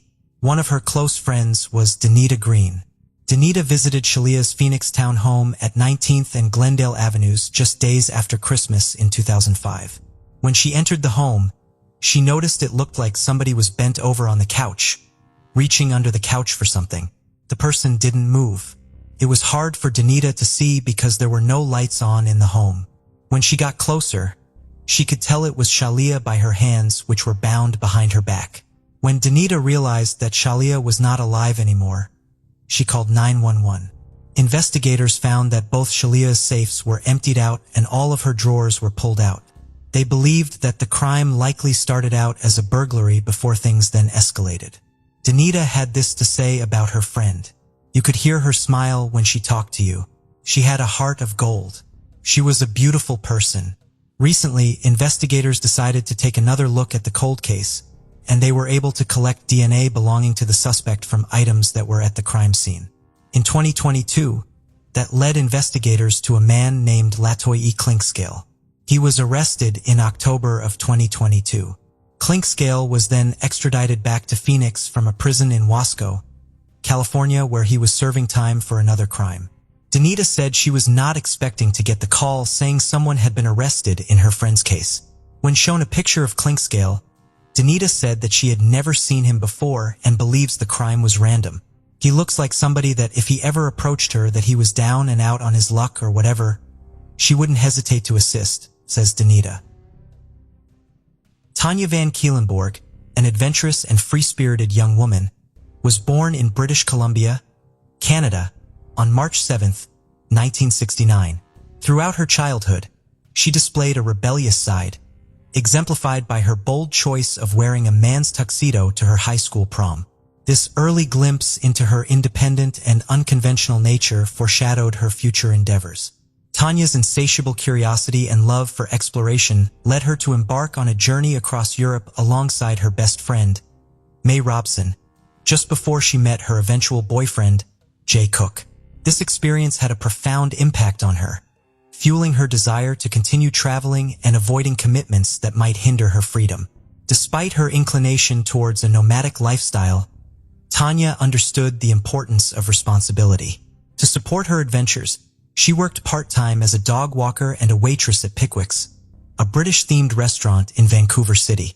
Her decision to forego college and focus on her goal of traveling demonstrated her unwavering determination to carve her own path in life. J.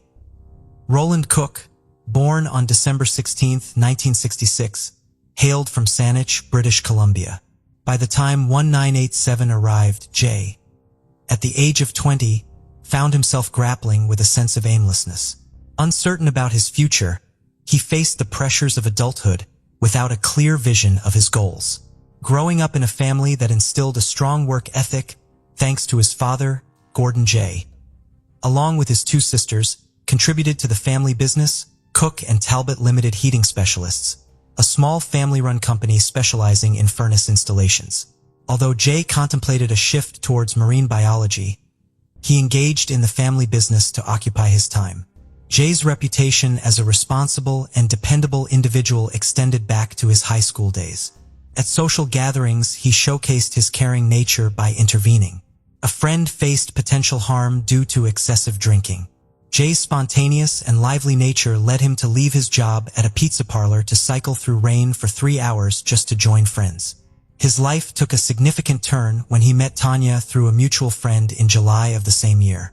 Tanya was drawn to Jay's caring and responsible demeanor, and their relationship quickly blossomed. Despite uncertainties about his own future, Jay's willingness to take on challenges and his dynamic personality endeared him to those around him. Tanya and Jay's relationship, though relatively short-lived, was marked by a sense of adventure. Tanya's initial hesitance towards settling down was juxtaposed with Jay's eagerness to carve out a future together. Their decision to embark on a work-related trip to Seattle reflected not only their commitment to each other, but also their shared enthusiasm for new experiences. Unfortunately, This trip would take a dark turn that would cost both Tanya and Jay their lives. The plan involved a scenic route starting with a ferry from Victoria to Port Angeles, Washington, followed by a drive through various highways to eventually reach Seattle.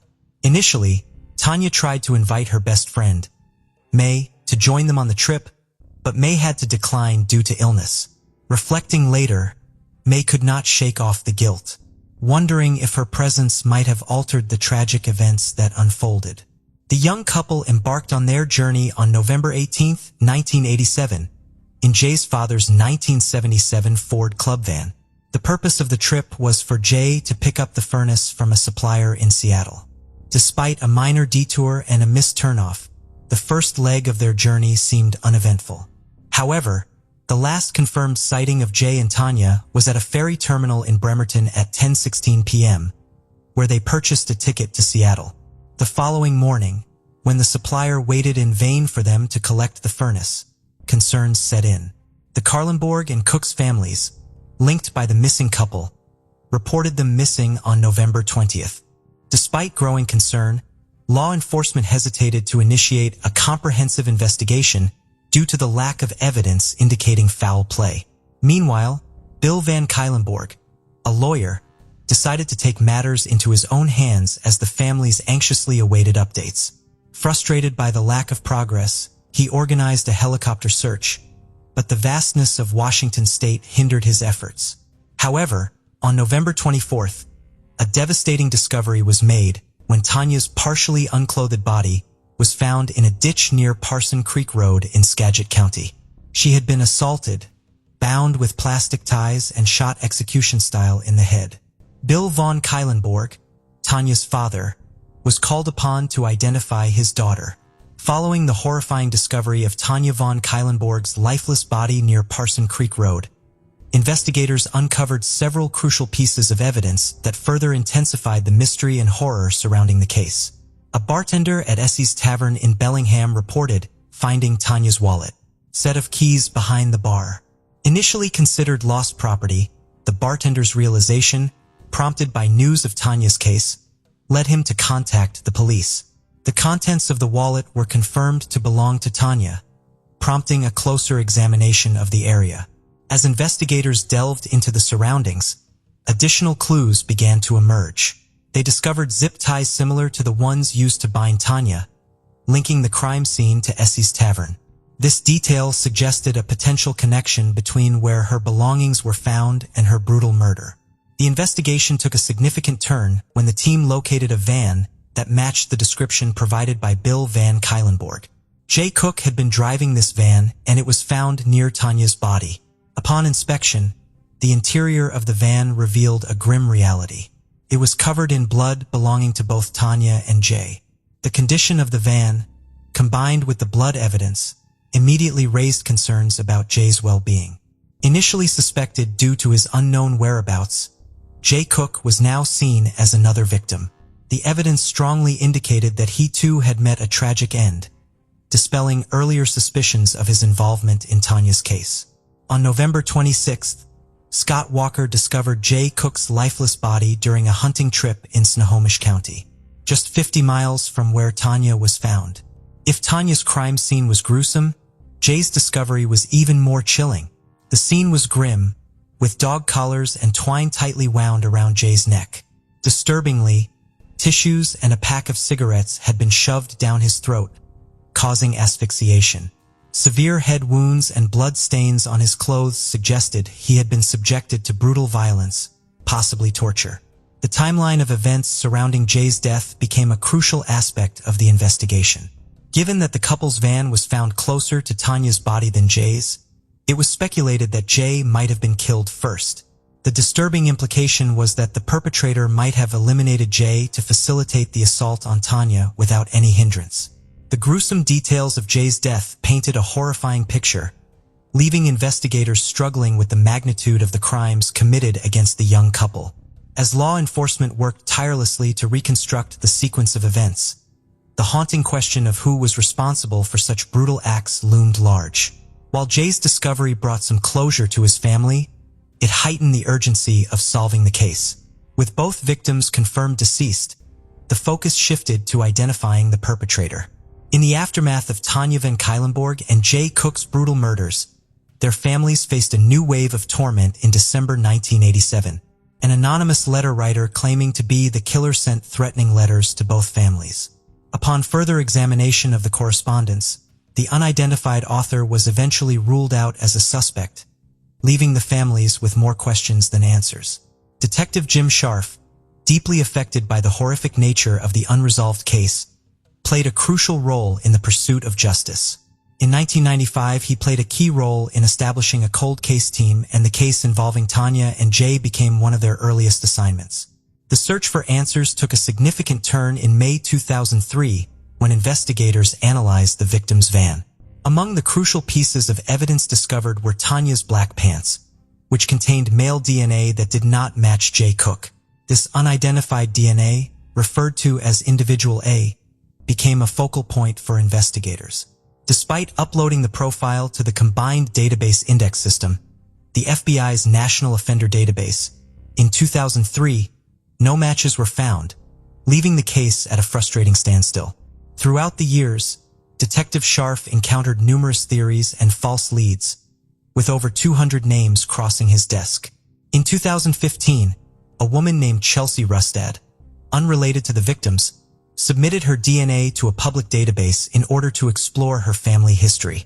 Little did she know that her DNA would play a crucial role in unraveling the mystery surrounding Tanya and Jay's fate. The breakthrough finally occurred on April 25, 2018. Inspired by the arrest of the Golden State offender, Detective Scharf, eager to utilize the same technology, collaborated with Parabon Nanolabs, genetic genealogist C.C. Moore. Individual A's DNA was uploaded to GED Match, and within a few hours Moore identified second cousins, allowing her to construct a detailed family tree. The name that emerged from this investigation was William Earl Talbot II. To confirm the match, investigators discreetly followed Talbot until they were able to obtain a discarded paper coffee cup. Forensic scientist Lisa Collins subsequently confirmed the match between the DNA on Talbot's cup and Individual A. On May 17, 2018, William Earl Talbot II was apprehended after an exhaustive search spanning more than 30 years. The families of Tanya van Cuylenborg and Jay Cook, who had endured years of uncertainty, were informed about this significant breakthrough. For Detective Scharf, it marked a momentous occasion, providing a sense of closure and justice to one of the most perplexing unsolved cases he had ever encountered. In June 2019, William Earl Talbot was found guilty and received a life sentence without the possibility of parole for the murders of Tanya van Cuylenborg and Jay Cook. However, on December 7, 2021, an appellate court overturned the conviction due to juror bias, opening the door to the potential for a second trial. On December 22, 2022, the appellate court dismissed the idea of a retrial. Nevertheless, the Washington State Supreme Court intervened on the same day, reinstating the guilty verdict. The court emphasized that the defense had chosen not to utilize peremptory challenges to dismiss the biased juror. As of December 22, 2022, Talbot remains in custody. In 1958, Pamela Cahanes was born in the serene town of Stillwater, Minnesota, to a close-knit family residing on a dairy farm. Growing up as the second youngest among 8 siblings, Pamela experienced a childhood filled with love and the joys of farm life. However, as she matured, Pamela felt a deep desire for adventure beyond the familiar surroundings of her upbringing. At the age of 25, driven by a passion to explore the world and serve her country, she made a life-changing decision to enlist in the United States Navy. Transitioning from the heart of Minnesota to Central Florida, Pamela began a new chapter at the Orlando Naval Training Center in May 1984. Her upbringing on the family farm instilled in her a strong work ethic and discipline that proved invaluable during the demanding Navy training. After successfully completing 2 months of, Pamela proudly graduated from the Naval Training Center on August 3, 1984. However, the joy of her accomplishment was short-lived. The following day, on August 4, 1984, Pamela's promising future took a tragic turn. She was last seen at the Fashion Square Mall in Orlando, where she purchased makeup and toiletries from a mart. A receipt found later by investigators with a timestamp of 3:18 p.m. provided a crucial clue about her last known whereabouts. Later that evening, Pamela was spotted walking near the Naval Training Center with an unidentified man between 6:30 and 7 o'clock p.m. Their presence at Club Mariner, a bar on the Navy base, was documented. The mystery surrounding the unidentified man added complexity to the unfolding tragedy for investigators. Pamela's lifeless body was discovered partially nude in front of a vacant home on Riverview Avenue in Sanford on August 5, 1984. The brutal nature of her demise indicated that her life had been taken elsewhere before being discarded heartlessly. The investigation took a distressing turn when an anonymous receipt devoid of any identifying details was discovered at the scene of the crime. This enigmatic receipt indicated a purchase made at 1:09 a.m., suspected to be from a Chinese restaurant. The untimely death of Pamela deeply shook her family, leaving them grappling with sorrow and unanswered inquiries for a staggering 34 years. The initial investigation posed challenges as authorities struggled to identify a suspect or determine the motive behind this atrocious act. Due to the close proximity to the Naval Training Center, investigators speculated that the perpetrator may have had ties to the military base. Despite the diligent efforts of the Seminole County Sheriff's Department, crucial leads remained elusive. The case remained unsolved for decades. The passage of time did not diminish Pamela's family's determination to seek justice for their beloved sister. In their pursuit of closure, they endured false leads and moments of despair, yet their hope persevered. A breakthrough finally emerged with the advancements in forensic technology. In a remarkable turn of events, a detective from the Seminole County Sheriff's Department contacted Pamela's family, arranging an in-person meeting in Minnesota. The family, anticipating routine updates on the case, were unaware of the monumental revelation that awaited them. The investigator presented the family with a video capturing the arrest of a suspect, Thomas Lewis Garner. Garner, a 59-year-old dental hygienist who had worked at the Orlando Naval Training Center alongside Pamela, was apprehended on a first-degree homicide charge. The arrest took place in Jacksonville, where Garner had been residing for several years. While the arrest marked the beginning of a new chapter for Pamela's family, it also raised a multitude of questions. The motive behind the crime remained undisclosed, and the connection between Garner and Pamela within the context of the Naval Training Center remained unclear. Garner, after his court appearance, confronted the seriousness of the charges against him, facing the possibility of spending the rest of his life in prison. The case's breakthrough came from the innovative application of DNA analysis and genealogy databases. Investigators utilized the public genealogy database, GEDmatch, to create a DNA family tree that led them to Thomas Lewis Garner. Surveillance of Garner and the collection of a personal item allowed detectives to match his DNA with evidence from the crime scene in 1984. Thomas Garner's arrest in 2019 was a pivotal moment in the cold case investigation, bringing a renewed sense of hope to Pamela's family after years of uncertainty. During the trial, Garner testified in his own defense, acknowledging a potential casual encounter with Pamela years earlier, but vehemently denying any involvement in her death. Garner's defense strategy aimed to raise doubts about the prosecution's case, presenting an alternative narrative to distance him from the crime. In a long-awaited resolution to the cold case, the jury found Thomas Garner guilty. Following the conviction, Garner received a life sentence without the possibility of parole, concluding a legal process that lasted nearly 4 decades. Pamela's sister, speaking on behalf of the family, delivered a powerful statement in court after the verdict. She expressed a range of emotions, highlighting the hope that Garner would reflect on the time he spent free while her family suffered from the loss. While the sentencing provided closure, it could never fully erase the years of pain the family endured without justice. Detectives revealed that Thomas Garner is being investigated as a potential suspect in another cold case, with his DNA reportedly matching evidence from a 1982 murder in Honolulu involving a 25-year-old woman. Although no formal charges have been brought against Garner in this particular instance, prosecutors have alluded to the possibility that he may have other victims. This speculation has led to a deeper investigation into Garner's potential involvement in other unsolved cases, raising the concern that he could be a serial offender. The apprehension and subsequent conviction of Thomas Lewis Garner in relation to the violent incident involving Pamela serves as a testament to the determination of those who seek justice and the ever-evolving landscape of forensic technology.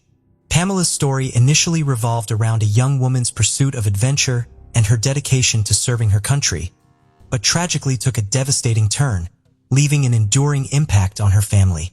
This heartbreaking case serves as a reminder that, even with the passage of time, diligent investigators and advancements in forensic science can ultimately bring closure to the most perplexing cold cases. Fort Worth, Texas, a busy and bustling city in the northeast of the state.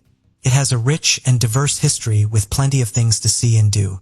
Nearly 1 million people call this place home, one of which was 28-year-old Elizabeth Puel Aradu. She had been born on August the 16th, 1987 in Fort Worth. She was part of a big and loving family. She had 2 sisters, Johanna and Alejandra, with whom she was incredibly close. Although her parents had separated, she was very close to her mother Juanita and her stepfather Fidel, who saw her as one of his own. He would later say, "She had the ultimate respect for me as I did for her," and the pair were as close as any father and daughter could be. Family was everything to Elizabeth. She always put others' needs before her own and was ready to give help to anyone who needed it. Whilst at Diamond Hill Jarvis High School, she met Rodolfo Arellano, also known as Rudy, and the pair began a relationship. They would go on to marry and shared 4 children together, 3 sons and a daughter, to whom Elizabeth was completely devoted. She was determined to bring them up, to be respectful and kind, and this is behavior that she would demonstrate to them. She was a deeply committed Christian and went to church regularly. Her kind and giving personality was reflected in her job as a medical assistant, a profession she took great pride in and had done for several years. Her life was busy with 4 beautiful children and a great career. It seemed to be going well for her. However, her marriage to Rudy would later start to fall apart due to his controlling behavior. By April of 2016, and after 13 years together, Elizabeth had decided to file for divorce. She had moved out of the family home and gone back to her parents' house, taking her children with her. She was ready to begin a new chapter and take on any challenges that were coming her way. This was not an easy decision for her to make, but she knew it was the right one. 15th, 2016. In spite of everything going on with her marriage, Elizabeth appeared to be happy and doing well during the day. That evening she had gone out with some of her girlfriends from work to a local place for happy hour, giving her the chance to unwind and have some fun. After enjoying the night out, she headed back to her parents' house in the early morning hours of the 16th of April. After she pulled up outside, she contacted one of her colleagues she had been out with and told them that she was back home safe. As morning broke on the 16th of April, Elizabeth's mother Juanita would make a worrying discovery. Elizabeth was not in the house. Despite looking everywhere for her, she was nowhere to be found. As Juanita went outside, she found Elizabeth's car seemingly abandoned. It contained several personal items that one would expect someone to take with them if they were to go anywhere, including her person phone, which was still on the passenger seat. The key was still in the ignition. This was completely out of character for Elizabeth. There was no way she would disappear and not tell anyone where she was going or what her intentions were. She also would never leave her children. She had seemingly pulled up outside the house and then vanished. Her mother knew something was seriously wrong, so reported her daughter as missing. As police arrived on scene, a missing persons investigation was launched. They needed to establish the timeline of events leading up to her going missing, so they spoke to those who knew her, one of which was her estranged husband, Rudy. The officers headed over to his house to talk to him.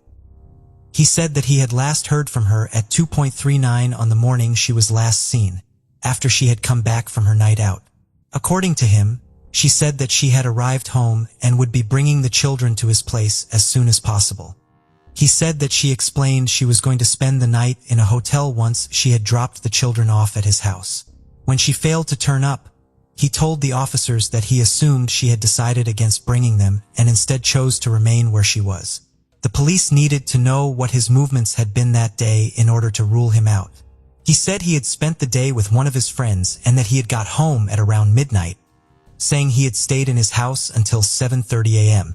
As the search for the missing mother continued, a phone call to 911 from just a few hours before at 3:30 a.m. would blow the case wide open. The call had come in from someone doing some nighttime fishing on Lake Worth. The drop from the Interstate 820 bridge into the water was 40 feet. One witness said they heard what appeared to be screams on the way down. After the call had come in, officers had been immediately dispatched and, working with the fire department and divers, they entered into the water to see if they could find anything. And tragically, they did. The body of a woman was found and pulled from the water. She was still wearing her maroon scrubs from work. It was Elizabeth Ariano. When her body had been retrieved from the water, they found that a 119-pound rock had been tied around her neck. The Tarrant County medical examiner ruled her death as a homicide, the result of drowning and the concrete rock weighing her down. The weight had been tied around her neck to ensure that her body did not come up to the surface. The police said, "We believe this was an attempt to conceal the body." Horrifyingly, she had been alive when she had gone into the water. Elizabeth Ariadu had been murdered. Her life had been ended in a way so brutal it shocked even the most tenured of officers. The police were now in a race against time to find whoever was responsible.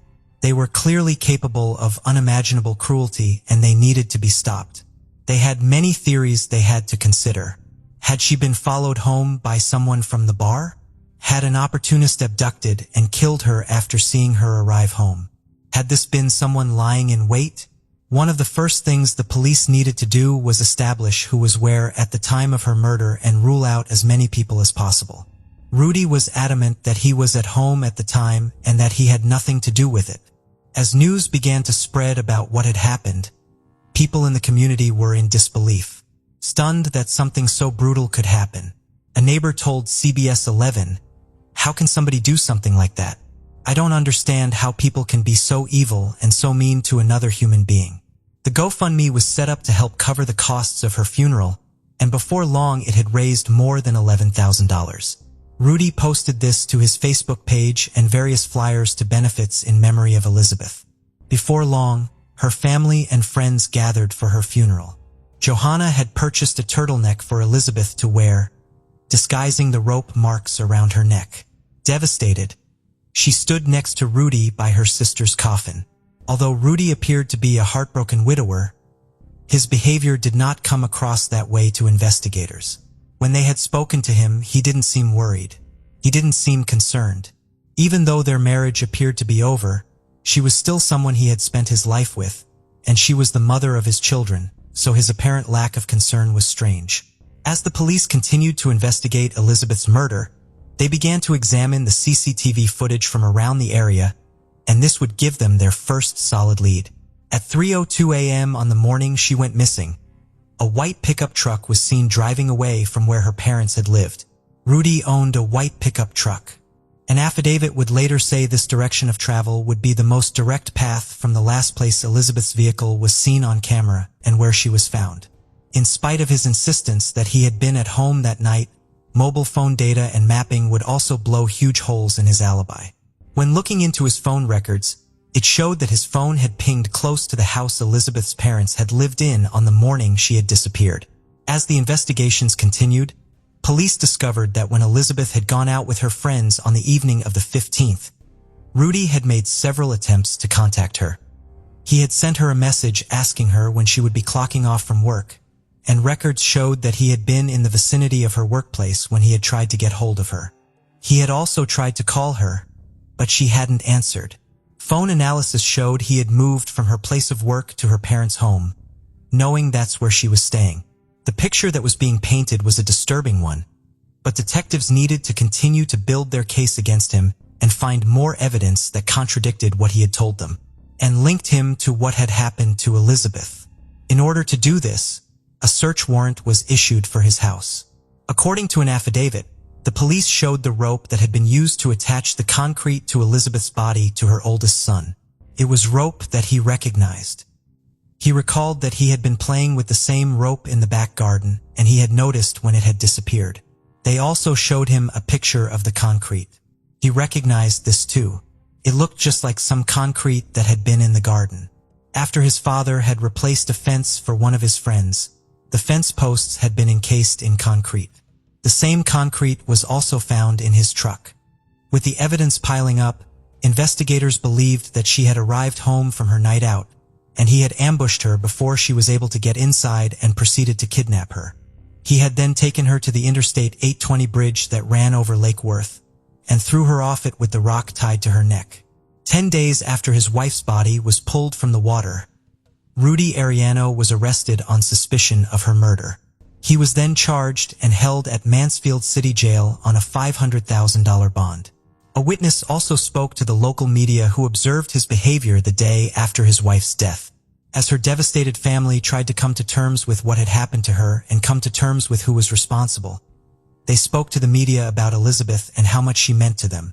Rudy Ariano continued to deny any involvement, but he was soon forced to make a decision. If he entered a plea of not guilty, and if he were convicted by a jury at trial, then he would face the death penalty. With this in mind, he took a plea deal her family had agreed to, and on Wednesday, January 30th, 2019, Rudy Ariano entered a plea of guilty to the kidnapping and murder of his wife Elizabeth, thus taking the death penalty. Off the table, Ariano's coldness was shocking. Just 2 hours after he had brutally murdered the mother of his children, he had posted a meme to Facebook that said, "How long can one go without drinking before they die?" And he commented, "I'm already worried." He had pretended to be the devastated husband crying by his wife's coffin. He had lied to the people that had loved and cared for him, people that he had known for years. He offered no explanation. He offered no apology. Rudy Ariano was subsequently sentenced to life in prison without the possibility of parole. His defense lawyer said that the plea deal was the correct resolution. Elizabeth's family said they took comfort in knowing he would never ever be released. Johanna, Elizabeth's sister, gave an emotional victim impact statement. She also recalled standing next to him at Elizabeth's funeral.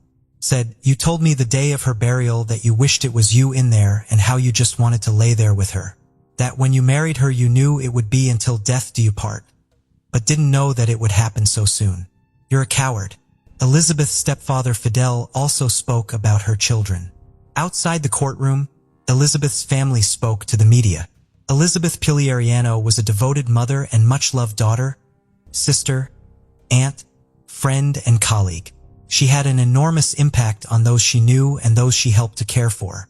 Her sister Johanna said that her family will continue to keep her memory alive and talk about her with her children. For those who knew and loved her, they will never forget what a kind, thoughtful, and amazing woman she was. Thank you for joining us on this journey into the depths of unsolved mysteries.